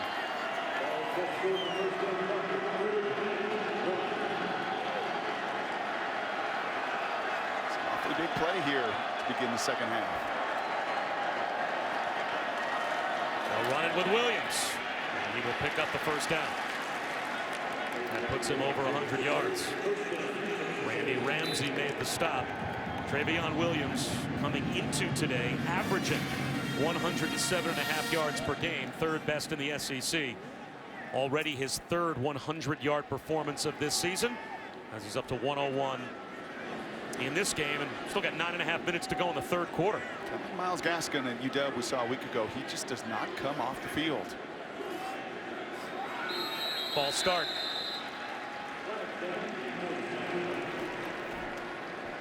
False start. Offense, number 78. 5-yard penalty. First down. It's one of the veterans of the group, the big right guard, Keaton Sutherland there, 78. I'm going to imagine he was going to pull on this play. It's usually what happens. And watch for the depth of these offensive linemen, too. It's one of the little tells that you can see. Sometimes hard for defenders to see, but when they're a little bit deeper on the line of scrimmage, not only that little twitch beforehand, but oftentimes, again, look at the depth of the alignment there, about a yard deeper. Sometimes that's a good tell of a pulling action. Quarterback run for Kellen Mond. It'll be 2nd down and 13. Deshaun Harris with the tackle. This is one of those games, if you're playing on the A&M side, and it's why Jimbo was so assertive with Allison going off the field of, hey, we need a sense of urgency. All right, these rivalry games, they've all been, you just said it, and we just showed it. So many of them have gone down to the wire. You've got to go. Like you take the opening kickoff, and it's easy. You drive right down the field, and it's easy, and you're up 14. And sometimes you just almost psychologically step off the gas. And if there was anything Jimbo spent the most time with us yesterday, he was talking about trying to teach football to these guys and teach those situations. Mond under pressure. He'll be sacked. Armon Watts got him. Now it's 3rd down and a mile. And when you got some SEC dudes on this defensive line, and Ramsey and Watts and Smith and Aggies, I mean, these are 4-star guys. There's some heavy recruits, and you've got enough talent there. And a nice job. You see just the push. You referenced the pocket in the first half, how easy it was. Remember all that space in the air? It started to get suffocated on that one, and now an awfully long 3rd down. Armon Watts barely played under Brett Bielema. 3 games in the last 2 years considered transferring. Well, that sack already his 4th this season under Chad Morris, forces 3rd down at 16. Flags fly. Did the play clock get all the way to 0? It did. Delay of game. Offense, 5-yard penalty. Remains 3rd down. And that lackadaisical aura right now around the Texas A&M offense continues. If you're Jimbo Fisher, is this just a matter of getting into your guys on the sideline, or can you call plays that could almost jolt your offense a bit? Well, Allison referenced Chad Morris in that first half. Enough's enough. Ty Clary and the rest of those guys, and I won't be surprised at all, depending on the outcome of this play. If you feel a little bit of that West Virginia rage, some of that blood that pumps through Jimbo awfully hot, if you feel some of that after this possession.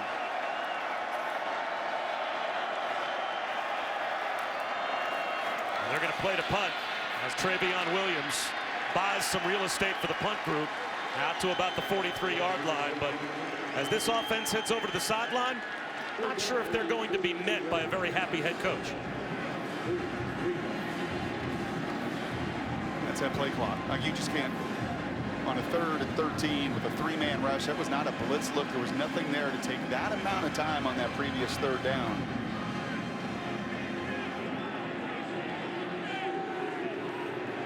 Again, Braden Mann might be the best punter in America. And he launches another. Deion Stewart inside his own 10-yard line makes a fair catch at about the 7th. Co-captain for the Razorbacks national championship team under Frank Broyles.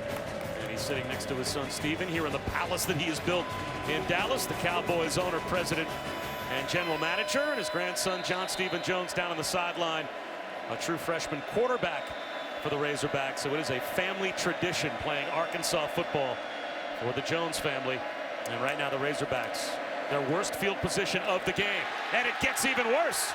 Ty Storey goes down inside the 3. Kingsley Keke collapsed the pocket. You know, you asked me there before going to break, is there something a coach can do? Is there a call to maybe jolt a sense of urgency? It's a whole lot easier on the defensive side of the ball. And it's these guys, the front 4 that dominated the first quarter of this game. Mack and Maibuki, and that time, obviously, Keke, just the BK were just the difference makers. And they set the tone right there, moving Keke to the inside. I like it. 5 sacks for A&M. Across his body, Ty Storey flips one out across the 10-yard line. And boy, is that a welcome catch for LaMichael Petway as they get just a little bit of breathing room. Still brings up a big 3rd down, but now you're not playing under your goalpost. And that throw takes some guts. Maibike, the nickelback Caper Smith is blitzing both those guys right in his face as he flings it across his body.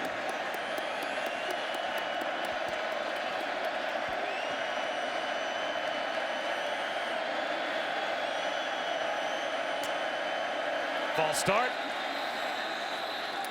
Tyree Johnson jumped and Colton Jackson backed up.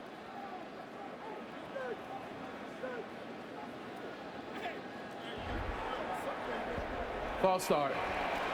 Offense number 74. 5-yard penalty. Remains 3rd down. That's a left tackle, Jackson, and it's loud in this end zone. The A&M faithful and student body. You're going to see he's just trying. He knows the importance. Having some space for his quarterback, but look at that. He's having some juice right now. 3rd down and 10.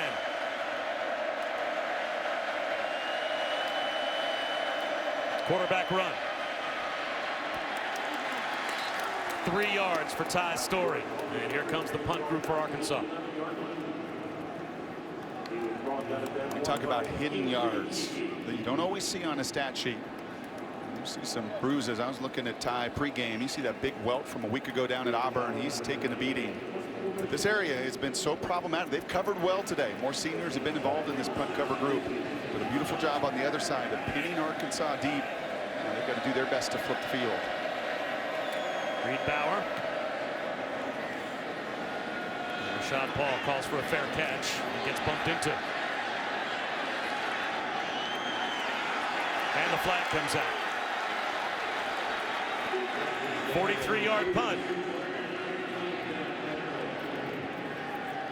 But if this is kick-catch interference, if they bumped into a player after calling for a fair catch, then that'll be a big flip of field position. And that's the right call. He was not blocked into the returner. He's got to do all he can to get out of the way.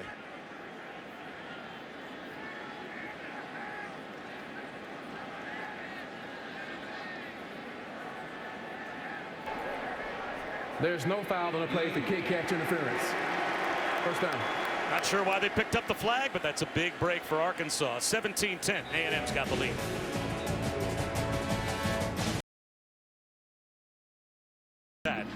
That'll be interesting. Hearing what former Browns quarterback Johnny Manziel has to say to Baker Mayfield as as he makes his first career start on Sunday. It's all part of Sunday NFL Countdown at 10 a.m. Eastern on ESPN, as you'll get your NFL Sunday started tomorrow with Samantha Ponder and the rest of the group. Here's Kellen Mond, a little fake towards the line, and now he goes down. Held the ball forever and paid the price with the sack. Back close to his own 35-yard line. McTelvin, Agim, Dijon Harris were both there. Well, you've asked me now a couple different times, is there a jolt? Is there something that you can do as a play caller here to get your team going, and you're trying to run the deep play action? But where are you throwing it? I mean, there is nobody. And give Arkansas a whole lot of credit for their discipline. We've got an injured Razorback down inside the 15-yard line. One of those DBs that was running the deep middle to try and cover those downfield passing routes from Texas A&M. There's your shot play, right? I mean, there it is. That between the 40s, it's a #1 shot zone for most play callers. But give Arkansas credit. They are hanging tough. Jarquez McClellan, one of the few corners on the depth chart for Arkansas, heads to the sideline. He was the player that was shaken up. What do you think Kelly Bryant's thinking watching that game right now? Wow. After the sack, 2nd down and 19.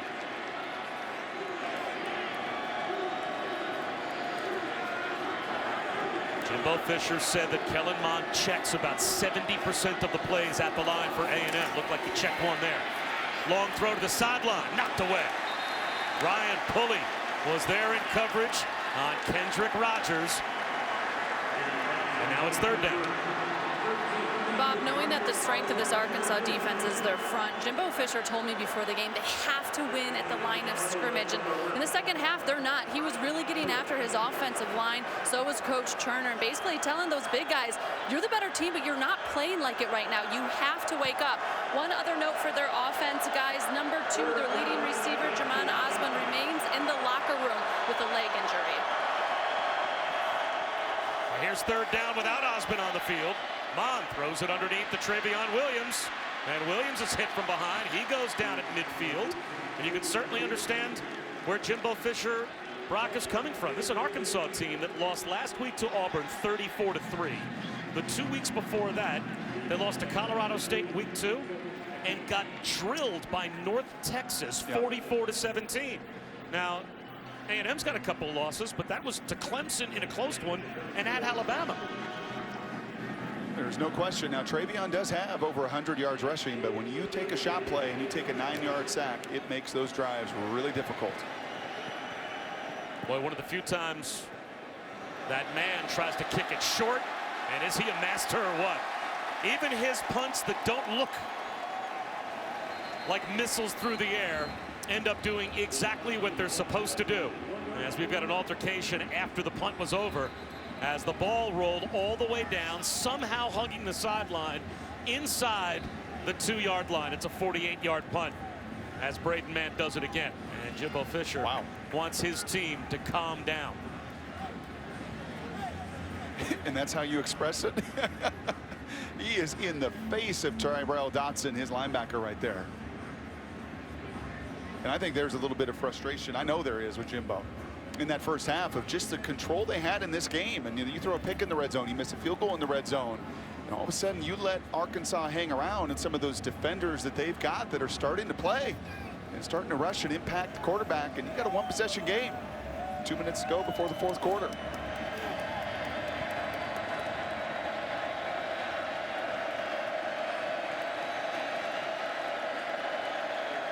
Right now for Texas A&M, you'd have to say Braden Mann, the punter, is the MVP, as twice he has put Arkansas inside their 10-yard line to start off the second half here. They'll run it with Rakeem Boyd. Just a little bit of breathing room out to about the 4-yard line. Derek Tucker came up to make the stop for A&M. And at some point, you're going to have to make a throw to the perimeter. I mean, you just cannot play for 60 minutes without pushing the ball outside on the perimeter. A go route, a hitch and go, a slant and go. There has got to be something that stretches this field both vertically and horizontally.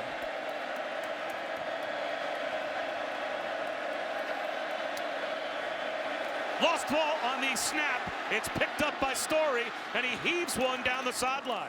Incomplete, as Michael Woods was the intended receiver as the snap came out as a ground ball from Ty Clary, and Story did well just to find the loose ball and maintain his composure. Yeah, and that's not an easy job for Mr. Ty. He is a former walk-on. He's been a guard. He played center, first start a week ago. And oh, by the way, I got Dalen Mack, this monster in front of me, that if I lose leverage off the snap, I got no shot.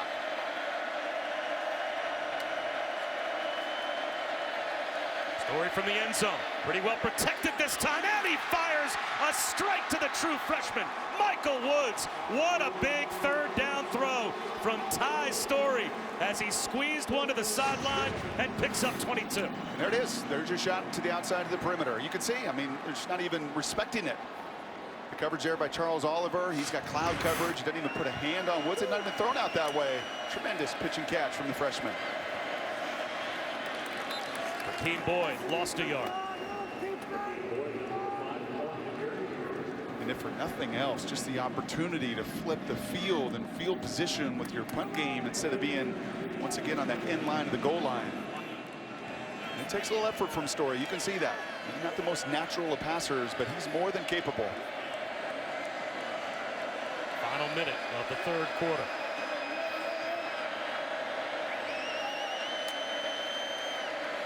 Quarterback draw. Ty Story moves the pile out to the 28-yard line, and you can stream college football all season long on ESPN Plus. So start your free trial today by downloading the ESPN app or visiting ESPNplus.com. Those are the hard yards, man. You're 200-something-pound quarterback, and you're running between all those tackles. As you see, big Dalen Mack. We've talked a bunch about him today. Oh, excuse me, that's not Mack. That's the other true freshman that looks like him. That's Bobby Brown. They call Trey. And how that guy's a true freshman and played high school football last year? No thanks. He was number 243 in our ESPN 300, so another top recruit. He's got Dalen's old number. A&M. Yeah, he got Dalen's old number he wore the last 3 years. And it looks like he's got a little bit of a sore neck. But it takes some serious guts. It takes some serious resolve as a quarterback. If you're going to run these quarterback powers and run these plays between the tackle, there's nothing going to be easy about it. You're going to get bruises. You're going to wake up tomorrow. Your neck is going to hurt. Shoulder's going to hurt. I remember talking to Tim Tebow about it. I remember even asking him, like, did you enjoy all that QB run? You know, he's 240 pounds, but even he would tell you it took a toll on the SEC when you're running between the tackles. Looks like Arkansas is just going to let the clock wind all the way down. I thought it was great when Joe Craddock, the offensive coordinator for Arkansas, made the point that John Chavis, the defensive coordinator, went and sought out Ty Story this past week after the pounding he took last week at Auburn. He said, if you think all of your defensive teammates don't appreciate that, think again. A lot of respect for Ty Story in that Arkansas locker room as we head to the fourth quarter with A&M on top by 7. Bob Wischusen, Brock Ewert, Allison Williams, and the rest of our crew here at AT&T Stadium. We start the fourth quarter with Arkansas statistically having no right to be in this game, and yet they've got the ball down by 7, facing a big 3rd and 6. Ty Story on the slant, low, intended for Jared Cornelius. And there's a flag down on the near side. And Cornelius is hurt. He was injured in this game last year.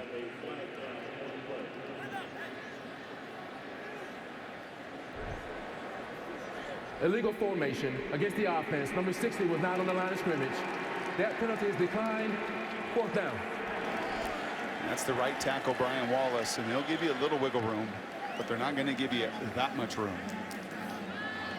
Jared Cornelius last season in this game popped his Achilles as he tried to get started running a pass route. This is 1 year ago, and he just went down. And he was lost for the rest of the season. It was a long rehab. He's back this season. Playing here in Dallas just doesn't agree with Jared Cornelius. Hopefully this injury not nearly as serious. We'll see if he can get back in the game. Reed Bauer forces a fair catch from Paul inside his own 30-yard line. Early fourth quarter, A&M with the football, a 7-point lead. With Louisiana. Trevion Williams into a pile of gain of a half-yard. Enjoyed our conversation with Jimbo Fisher yesterday, and I liked him talking about teaching just winning football in those situations in a game, and they've had a few of them against Clemson and Alabama where you just have to take control.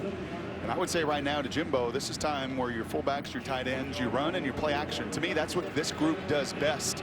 Not playing from the pocket necessarily, but lots of that good movement in the run game and the play action. That's where the ball has moved the most consistently.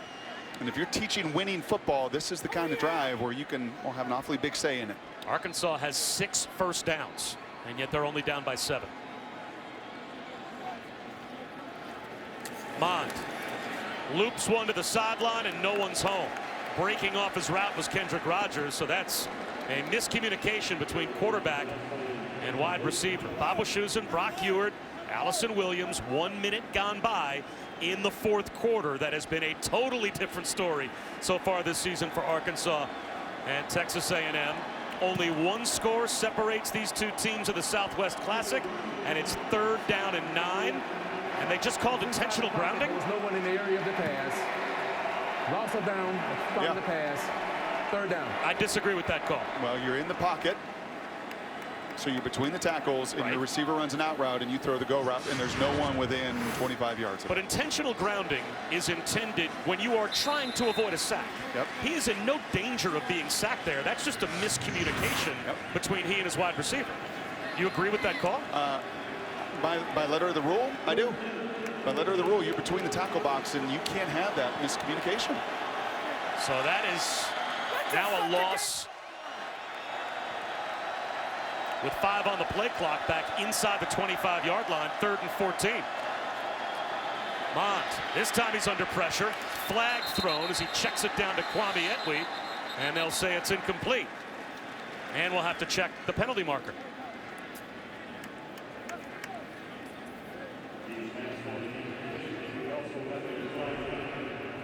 Personal foul. Hands to the face. Defense, number 10. 15-yard penalty. Automatic first down. That is a killer penalty for Arkansas. And it's That's like a turnover. You talk about winning football and non-winning football, and you put up that 4th quarter right there of hurting yourself, and that's Randy Ramsey, and he's against the left tackle, Dan Moore. And this is obvious. He's going to get his hands right into the chin of the left tackle, and he's not going to get him off. And once you see that head jerk back and you see the hands, you've got to get your hands down.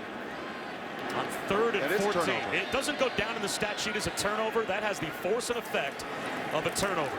As Travion Williams through the line for close to 10 yards. 9.5, 2nd down and short. And if I'm these big offensive linemen and I got an earful from Jimbo, I would have, before this play, and Eric McCoy, before this drive, said, then give us a chance. At 313 pounds, give us a chance consistently to set the tempo and run right at these guys.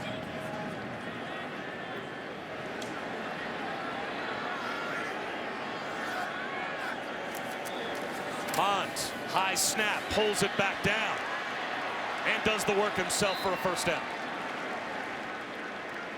Picks up 9. Bob Wischusen and Brock Ewart, Allison Williams here in Dallas. Later on tonight, Saturday Night Football in Happy Valley, the whiteout between Ohio State and Penn State at 7:30 Eastern on ABC. There won't be an atmosphere better in all of college football this season than they'll have tonight at Beaver Stadium. Travion Williams into the secondary again. Gets walloped at about the 29 and goes down there, but he picked up 15. Wow. Santos Ramirez made him pay the price. Travion Williams is having himself a day. Yeah, and big boy Eric McCoy, the best lineman, he just said enough's enough. I mean, he just mauled at the point of attack in the line of scrimmage, allowing that lane to develop. Wow. 135 yards on the ground for Williams. Wide receiver hitch. Cameron Buckley gets a block. He gets inside the 25. Just look at that one call. I mean, That's it. Look at winning football. And you know, the intentional grounding, you didn't like it. I understand it and what the intent of that rule was. I still think that's a bad call. Then you come right back. And winning football sometimes is taking advantage of what the other team does. You know, forcing them into that mistake. And for Randy Ramsey, a senior, just to not get his hand away from the headgear. Just totally changed the complexion of this 4th quarter right now. Mond to the edge again to Buckley. Breaks a tackle. Stutter steps for a first down.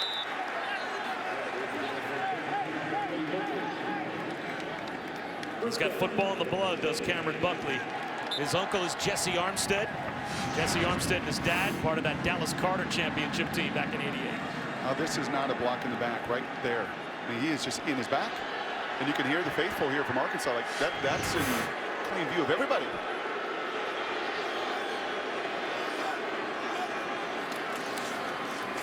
Beyond Williams is met behind the line. Selling out to stop the run was Dijon Harris. This has been a challenge area now. Interception, missed field goal. This is not just a gimme situation. This is not, if you're Kellen Mond or Trayvon or any of those guys up front, where you take a breather. This is actually where Arkansas has made this a game, situational football down in the red zone. As Jim Turner, O-line coach, is looking at that big screen.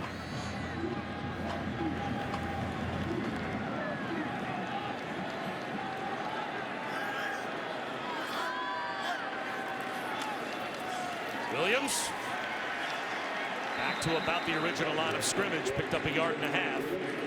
John Harris made the stop, so in a 7-point game, a lot of time still on the clock. How important is this play? Third down inside the red zone. Third down and at least 9. For an Arkansas offense on the sidelines is watching, it has 6 first downs through 50 minutes of action. Pretty big play. The Razorbacks can't afford to allow more than a field goal on this drive. Fall down by 2 touchdowns again when you've got 6 first downs. That might be too deep a hole to dig out of. Quarterback run for Kellen Mond. He's going nowhere. Oh, did he get popped right out the line? Again, Dijon Harris comes through to make the stop. That's big time.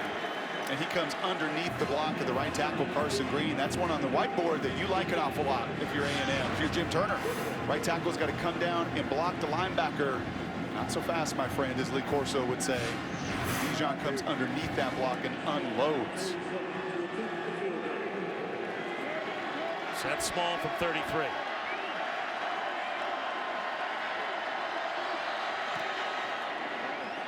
Hit the upright. He was perfect coming into this afternoon's game at 5 of 5. He's now 1 for 3 today, and we still have a 7-point lead only for Texas A&M. Hard to believe. Yeah, not in this rivalry. Nothing is hard to figure, nothing is hard to believe. Tusk the fifth, by the way, was born Saturday, April 19th. That's his dad. So Tusk, number 5, will take over the official mascot duties for the Razorback next season.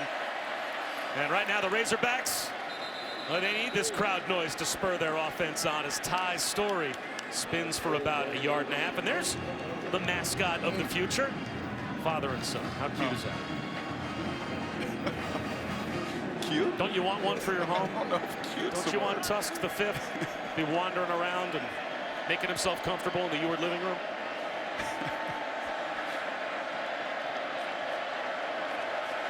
No.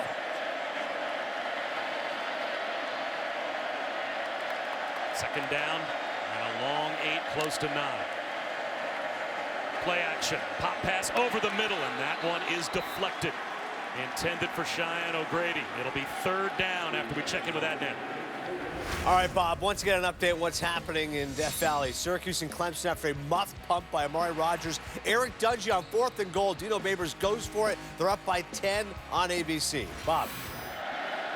Wow, 2 good games. Hopefully you've got the app dialed up so you can watch Syracuse maybe pulling off an upset against Clemson, and a game that is shockingly close, with A&M dominating statistically but missing opportunity after opportunity. Third down and 9. Ty Story under pressure, running for his life. Wings one to the sideline, incomplete. And Texas A&M, after their second missed field goal, to go along with a couple of interceptions thrown by Kellen Mond, all in the scoring area, the defense gets another 3 and out. Yeah, I think you see a little frustration there from Ty. He knows that if he could have got that ball out a little bit earlier, he got the one-on-one outside to the freshman Woods, does a nice job coming back. But with all the chaos and all the people chasing after him, the ball just flies wide right.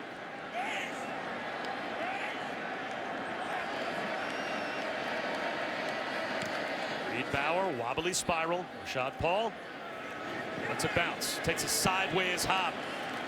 Out of bounds at the 39-yard line of Texas A&M. So good field position for the Aggies after a 40-yard punt.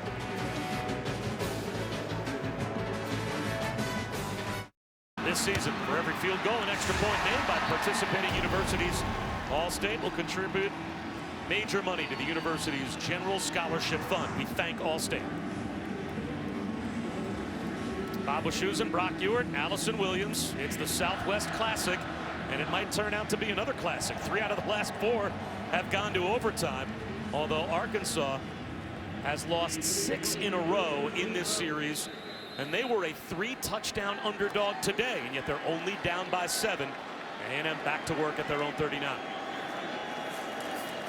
Play action for Kellen Mond. Checks it down to Sternberger.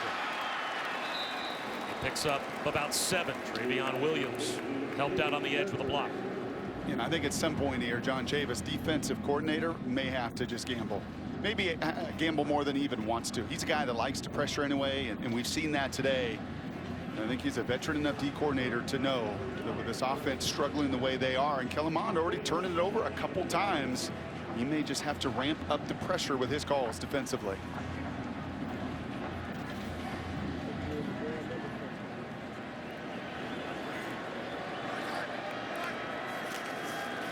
Williams, first down, and then some. Into Razorbacks territory as he comes close to the 45-yard line. 9 more before Santos Ramirez brought him down. And just adding to a day, Travion Williams. Now they go with pace, and it's a false start.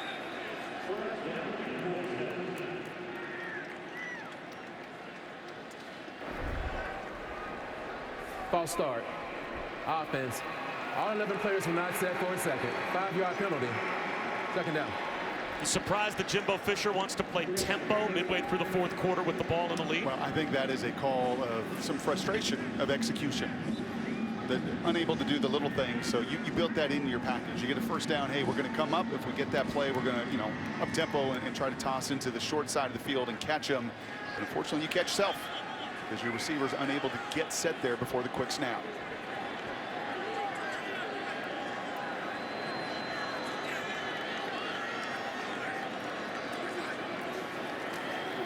Mond, long throw to the sideline, coming back to help out the quarterback, Courtney Davis. And he picks up about 5.5, 6. Flags down late. The ball popped out, but according to the official, it looks like they said forward progress was already stopped, so the play was over. And then the flags were thrown after the whistles were blown. It's an 8-yard gain, but we'll have to check the penalty markers. Personal foul, targeting, defense number 6. The previous play is under further review. It's Gabe Richardson who's pointing to his right shoulder and saying, I didn't get him with the helmet, unless it's forcible contact to the head or neck area, regardless of the crown of the helmet, of a player that's deemed defenseless. Replay is going to take another look, and so will we.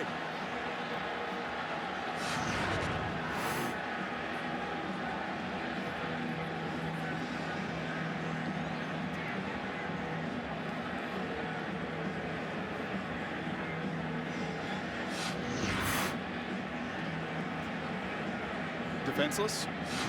At that point, is he deemed a stop being a runner, and he becomes a defenseless player? Well, you'd have to say that you heard or didn't hear the whistle blow. And to me, that's still, if you're Gabe Richardson, a player that's holding onto the football and fighting for yards. He certainly got him with the shoulder, as you can see that, and he's pointing to his right shoulder. He's right about that. That was not the crown of the helmet. Correct. But would you say that's forcible contact to the head or neck area of a defenseless player? Yeah, at that point, the judgment has to be for them that he was a defenseless player. that he had stopped his momentum, that he is being grabbed by 3 guys, and at that point he is deemed defenseless. That's the only way that that's targeted. Would you call that player defenseless? With his momentum stop right there, with the magnitude of this game, with 7 minutes to go, and you don't hear the whistle, if you're a defensive player, that's putting a huge burden of responsibility on that guy who knows he's got to make a play. It's a difficult judgment for that defensive end. At the review, there's no foul for targeting. That's the right Number call. 6 will be allowed to stay in the game. The result of the play is a completed pass, second down. And I think that's the right call. That's twice today. Yep. That replay has taken a targeting call and correctly overturned. Yeah, and I think in both occasions, how fast that is happening on the field, and certainly the first one with a seam route with a defenseless wide receiver. But even in this case, as a D end is coming into that pile, he's trying to create a turnover. You know, that whistle may have come just before he couldn't stop himself. I think both of those are the right decisions by the replay booth. Second down at 7. Under 7 minutes to go. Man-to-man. Mond. Well protected. Now the pocket starts to collapse. Flag down. And he is brought down. He picked up 1.5 yards. But we'll have to check the marker again. And this may be hands to the face again.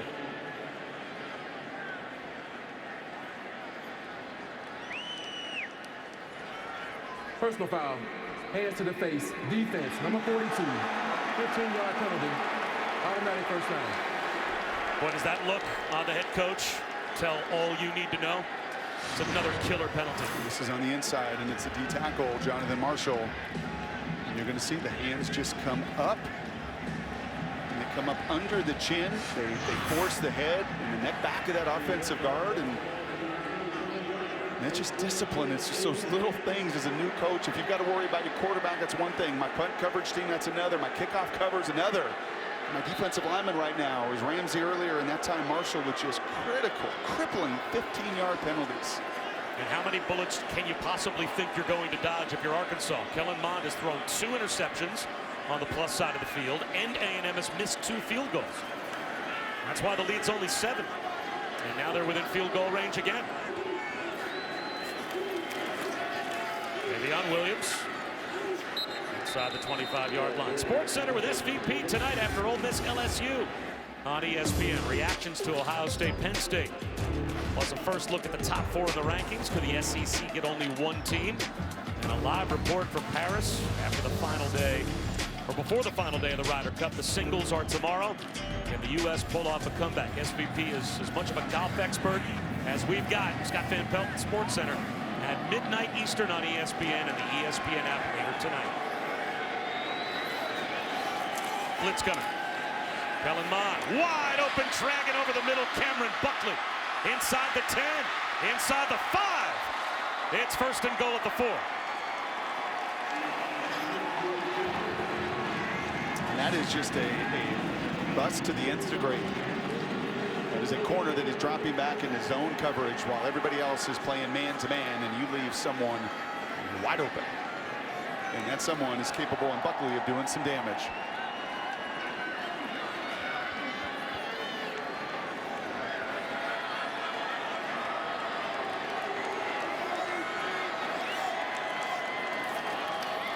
Travion Williams walks into the end zone with an A&M touchdown.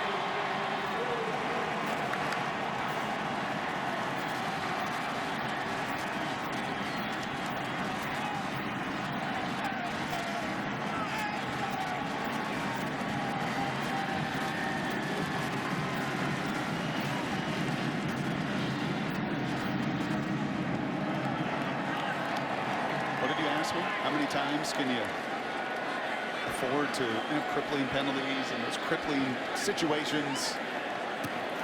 Oh, that many times, because that was simply too easy. But one of the first times the big fellas on that offensive front were able to really get the leverage, were able to seal that edge, and Travion, who's done so much of the dirty work for 55 minutes, he finally got a little payday.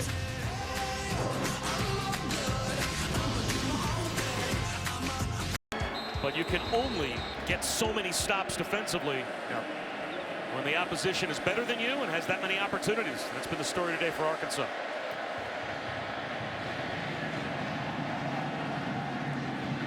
And Williams will take a knee. One more opportunity to go back to Adnan. And thanks very much. I am Bob Wischusen here with Brock Ewart. Allison Williams in Dallas. Only 6 first downs offensively today for Arkansas. Now they need 2 scores in 5 minutes. Ty Story, screenplay. Rakeem Boyd down the sideline. And it looks like he may have a first down. Allison? Well, it was Drake Greenlaw's 2 takeaways that kept Arkansas in this game. But my biggest takeaway from talking to him this week is that your situation, your circumstances do not define you. You see, he grew up in a very unstable home. He was a ward of the state for 6 years, bouncing around foster homes. Until at 14 years old, he met Brian Early and his family. Early, the DC at Fayetteville High School. And at first thought he would just be a mentor to Greenlaw. But very soon, when Greenlaw's boys' home was being closed, they opened up their hearts and their home to Greenlaw, taking him in as a part of the family ever since. But it didn't become official until this summer, when at 21 years old, Drake Greenlaw was officially adopted into the Early family. And he said, paper or not, they are still my parents. And he just wants anybody at home watching that may be in a difficult situation as a kid growing up to know that no matter what, you have to believe in yourself and just focus on controlling what you can, and you can achieve anything. You know, I know that there's a lot of cynicism sometimes around college sports, and I get why.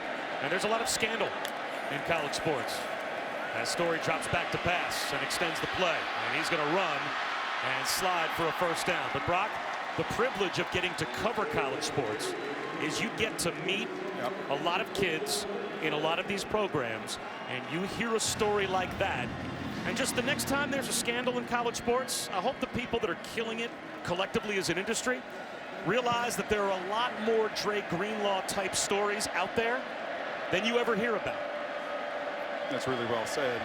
And that some of these student athletes are the most resilient you're ever going to find. Story looking for the home run ball again. Woods can't get underneath it, and he's looking for a flag. The true freshman. And all the Arkansas faithful thought he may have been interfered with. That looked like pretty good coverage from Charles Oliver. There's a little bit of a tug. I could see that being called. We saw one earlier in the first quarter. And that judgment again is, does that little tug impede the opportunity for a receiver to go get the ball? And that could have just as easily been called as it was not. But if you're Michael Woods, true freshman, in time, you've got to play through that contact. When you're a junior or senior, you won't be looking for that flag because you will run right through that arm grab. They clock down to 1. Again, a ground ball snap.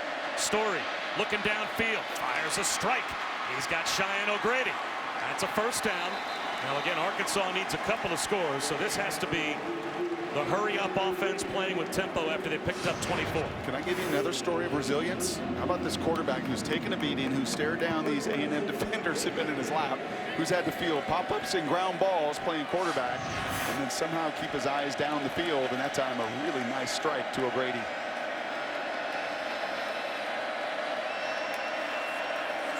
Here comes the blitz again. Story takes a shot, fires one up the seam. He's got a touchdown. This time Michael Woods gets free and holds on. The true freshman with a 29-yard touchdown catch. And it's not over yet. 3:16 to go.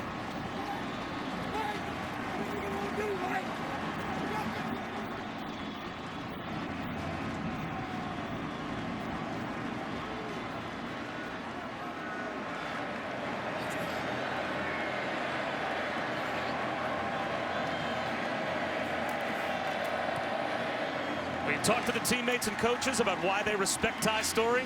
Here's a great example of it. He knows pressure's coming. Mike Elko is going to bring pressure here. As Arkansas is finally moving the ball a little bit. He knows it. He can see that pressure coming right on. He's going to get hit.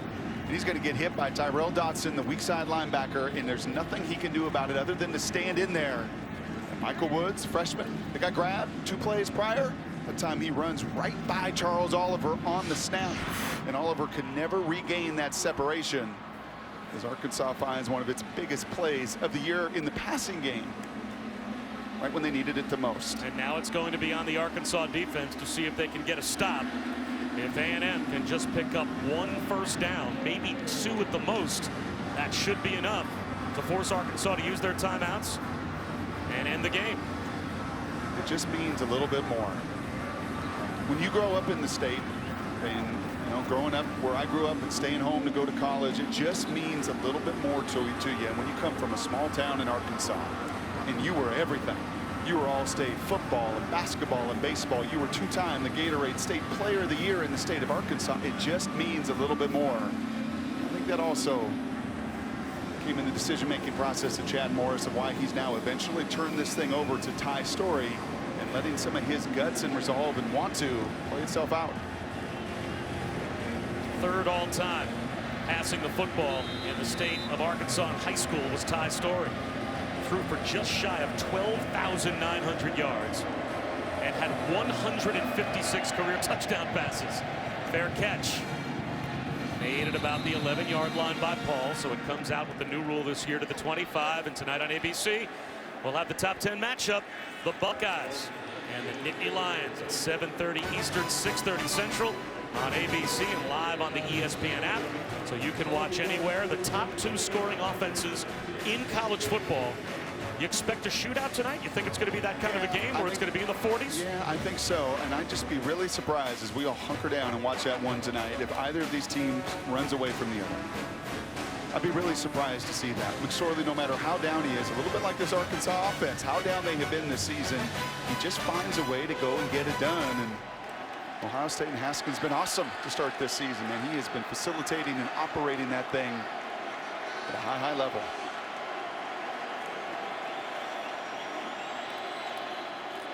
Trevion Williams shut down before he even gets back to the line of scrimmage. John Chavis was the defensive coordinator last year for Texas A&M. Now he is the defensive coordinator for Arkansas, and he is doing whatever he can to get the football back to his offense. Yeah, and that was big number 90, Armon Watts. He talked about it and had hardly a sack in his first 3 years on campus. He had another one today. He's got 4 on the season. That time just manhandles.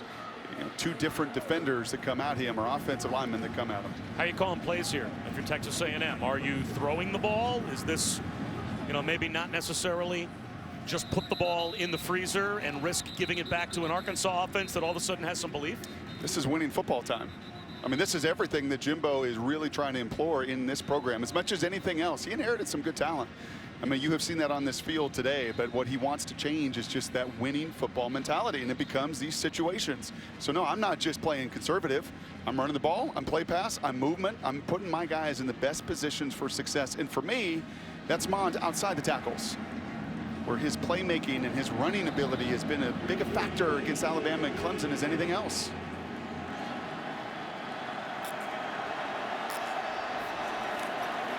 On play action. He is looking downfield. And he's got a hookup. Cameron Buckley with a first down. And that is a killer for the Razorbacks, and a gutsy call by Jimbo Fisher to put the ball in the air. Now Arkansas down to 2 timeouts left. But it's not in the air, dropping back, whole field read, what's going on, what's my protection. It's off play pass. It's getting outside the pocket. And again, I think on the move right now, Mond is at his best. So now Arkansas will call their second timeout before first down. So now they're only down to 1 timeout left with 2:54. Another update with Adnan. All right, Bob, thank you very much. Coming up next, Kyler Murray will not start for the Oklahoma Sooners late to Friday's practice, though he's put up gigantic numbers so far for the Sooners. Instead, Oklahoma and company will be taking on Baylor. That game is coming up on ABC just about 26 minutes from now, Bob. Boy, how much quarterback drama has there been this year in college football? Those quarterbacks, golly. They are so high maintenance. Can't live with them, can't live without them. Speaking from experience, obviously. Oh. And that's been a little bit of Kellen Mond's game today, frankly, right? Some big plays, some awesome plays, and then just a couple just crippling interceptions. But this is money time. This is winning time. This is when his decision-making, your play calling's got to be at its best.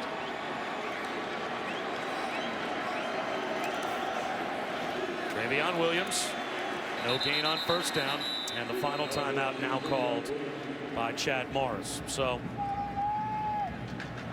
if Texas A&M fails to pick up a first down, they can take the clock down certainly inside of a minute and a half, and that's the best case scenario for Arkansas. They'll get the football back, on the neighborhood of what, 115, 120 to go, no timeouts. And for Chad Morris, he felt like a week ago down on the plains of Auburn, that locker room was different than it had been all year. There was a response from his team that there were hugs, there were tears, there was emotion that they did not feel the first 3 weeks of the season. And I think coming into this locker room today, there's no moral victories. There's not. And you put yourself in this position and you've hung around to the 12th round, but there is no question that this group up front, you better not take them lightly. I mean, these linebackers, and that was Harris again delivering a blow. It's Greenlaw's 2 interceptions. It's Armon Watts in the middle of it. I mean, they've got enough SEC caliber players in their front 7. You just can't come in and walk through. Having said that, if you're Texas A&M, it's a 7-point game with 2:49 to go, and you have to be wide-angle lens saying, how are we here? This is a team that 2 weeks ago lost 44-17 to North Texas, and yet 2 losses for Texas A&M to the #1 and #2 teams in America, and almost beat the #2 team in America, who might go down to Syracuse today. But you've got the better team. You've got more talent. You've got more players, and you had so many opportunities to put this game away, and you just haven't. And you didn't, but you got 2:49 to do it. And you maybe watch some of that game tape against North Texas and those teams in Colorado State and went, geez, we just got to show up. And this is a little reminder, not in this conference. You better not ever just have that mentality to just show up. Oh, and up 14-0 in the first couple minutes. I think that may have played a little role too.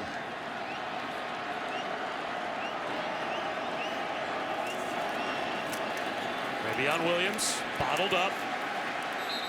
And the play stopped after a gain of 2. It'll be 3rd down and 8, but now no timeouts left for the Razorbacks. So Texas A&M can work on the clock. I thought that time there may have been a QB run opportunity. Probably a little more difficult now on 3rd and 8, but I thought that last time. I don't think you want to risk throwing the ball. You've got the nation's best punter right now, who has been phenomenal this afternoon at changing real estate and pinning the Razorbacks back. If you're going to run the QB, I thought, or play pass, that last down was the opportunity to do so. And now Jimbo Fisher is going to take as much time off the clock as possible. He will use one of his timeouts. And he'll probably do the same thing all over again after the 3rd down play. So with 2:03 to go, the play takes 5-6 seconds. That takes you just under 2 minutes. Take another 40 off the play clock. If you get a stop, if you're Texas A or you're Arkansas, you're going to get the football back with still a realistic amount of time to at least get in position where you can take a shot at the end zone. That is if Braden Mann doesn't end the game with another field position changing punt. This is the years and years and years of game planning between John Chavis, I think one of the best over 3 decades in college football. And you ask most D coordinators, who's harder to defend it? It's Jimbo Fisher. And these two right now trying to figure out what the other's going to do. And do you take the risk here if you're Jimbo to put the ball in the end? That was my question. On 3rd and 8, would you throw the ball knowing that a 1st down ends the game? I would throw a screen, possibly. If I'm thinking they're going to blitz, and all the tendencies have shown that, I would throw possibly a screen. But more than likely, I'd like a little run option. A little run with my running back, who's got 150 plus, and a quarterback, as I said, who's been really dynamic with his legs this season. An incompletion saves Arkansas 40 seconds. Yep.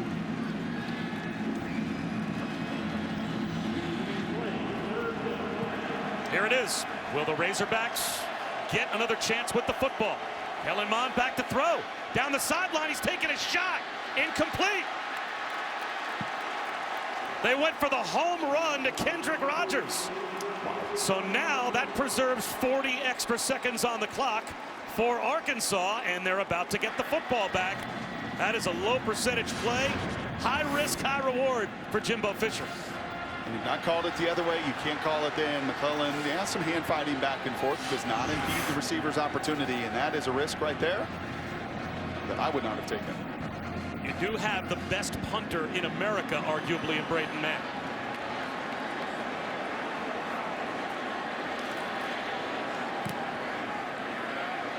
It's a bit short, though.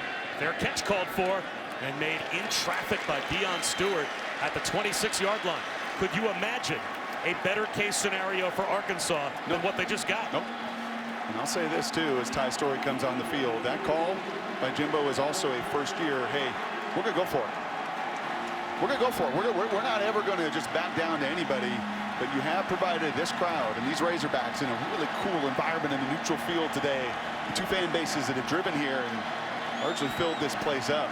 One heck of an opportunity in the final minute 51. Still very surprised that they threw a shot down the sideline as the passing play. Some life for Arkansas. 1:51 to go. And they get it started with a high percentage pass to Jordan Jones. He gets to the sideline, stops the clock, no timeouts left, but a gain of 8. You just can't have sacks. And you know at some point Mike Elko is going to bring pressure defensive coordinator. And if you're Ty Storey, you just got to avoid the negative play at all costs.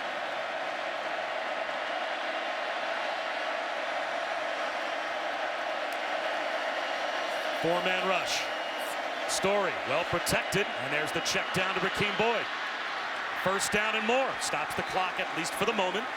Out to the 45-yard line, picks up 11. Are we going to possibly have another overtime game between A&M and Arkansas? I know for 5 games for us this season, we're all going to have one possession, every one of them coming down to the wire. Another four-man rush. Storey to the sideline. Dropped. LaMichael Petway lost his footing and couldn't hold on to the football. And that's a pretty good job. A couple line stunts by A&M. They've not brought any extra personnel yet, and you can see it. You're exactly right, Bob. His feet come out from underneath him. And just the inability to corral it, but pretty good protection on back-to-back snaps from Mr. Storey. But I am telling you, at some point, pressure is coming. Both fan bases on their feet here in Dallas. This time a 5-man rush. Storey with a shot down the sideline, and it's intercepted. Donovan Wilson playing center field, comes over and ends the game for A&M.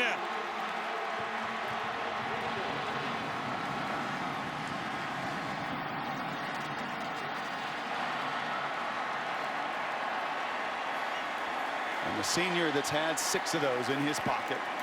The very best guy taking the ball away on this defense. Well, he reads it perfectly. He's in center field right here, and he's watching the eyes, and you're going to see the deep route come underneath. There's no question here you have the opportunity to throw it short, but instead the eyes, and look at Donovan in the back. He has seen it the whole way because those eyes never come off. You watch Thursday night football with veteran quarterbacks, and you saw Kirk Cousins and Jared Goff. What'd they do? When they knew they wanted to take a shot down the field, what'd they do? They manipulate that safety. You hold that safety with your shoulders and your eyes. That's what creates that completion. But if you stare it down, you allow a senior like Wilson, who's very adept at coming out of center field, to make the game-changing, the game-saving play for A&M. Yeah, I love that look, because as you circle him, you can see his entire body position, his entire forward momentum is already breaking towards where he knows the ball is going to be, and Ty Storey still has it in his hand. So it's victory formation for the Aggies after they come off a 45-23 loss last week at Alabama, a game where they were favored by 3 touchdowns today against Arkansas. But Chad Morris's team put up quite a fight. Sure did. A&M is going to survive. The littlest of details, they always show up. And for Ty, he's not been in that moment. In his career in Arkansas, he's not had that chance. And the only reason that he's even in that moment is because of his guts, because of his toughness and his touchdown pass on the previous possession. And a really good job with some completions. You put yourself there, and that is a lesson that he will never forget. That just the tiniest of little fundamentals and details and making sure you know where that center fielder is plays an awfully big role in the end. What a game. What a game, man. This series has been so much fun. Fun for us a year ago in overtime, nearly there again this season. And I think for Arkansas, got to feel really good about themselves. And for A&M, they got plenty to clean up. Well, Chad Morris probably feels in his years at Arkansas like he will never be more shorthanded from a talent standpoint than he is right now. And his team still almost pulled off a shocking result. But the winner is Jimbo Fisher. He's down there with Allison. Thank you guys very much, Jimbo. You get your first win against an SEC opponent here at A&M, but it wasn't without some drama. How did you guys hold on despite some miscues and missed opportunities? I think our defense did a great job. They responded. They gave up the one drive there when it was 24-10. Other than that, our defense did a heck of a job. They're the heroes of the game. They did a great job. Offense, we moved the ball. We just, in the red zone, screw-ups, missed field goals. I mean, just too many little penalties. We're driving, get a penalty. Too many inconsistent things that good football teams don't do, and we got to grow up. And that's on us coaching. We got to coach them better, make sure that doesn't happen. Call the game better, put them in better position. When you talk about coaching them better, you mentioned yesterday educating winning, teaching them how to seize opportunities within a game. What are those teaching moments from this game? Well, I mean, right, you jump out 2 scores. You got the ball backed up, get a punt. We're going to get the ball across the 50. We get a block in the back. Then get backed up, then throw a pick when you can go up 3 scores in the first quarter and start to really put pressure on. Had it coming out the third quarter, missed a field goal down there to go up, not just half the one before that. We could have scored down, got a penalty over there, then throw a pick. I mean, just we're not pressing and not understanding how to win and play from ahead. We've done a good job when we're an underdog. We got to learn to play when we're ahead. We don't have a bad football team if we'll just eliminate this silliness and inconsistency. What was the message to your defense, though, as they took the field on that final drive there? Hey, do what we do every day. We work 2 minutes to death. We go at each other good on good every Thursday. I said, do what we do, trust your eyes, play football. They did that. Jimbo, thank you. Congrats. All right, Allison, thanks very much. Brock, that's Jimbo Fisher basically echoing what we talked about throughout the entire game. Yep. So many opportunities for Texas A&M to put away a very spunky opponent.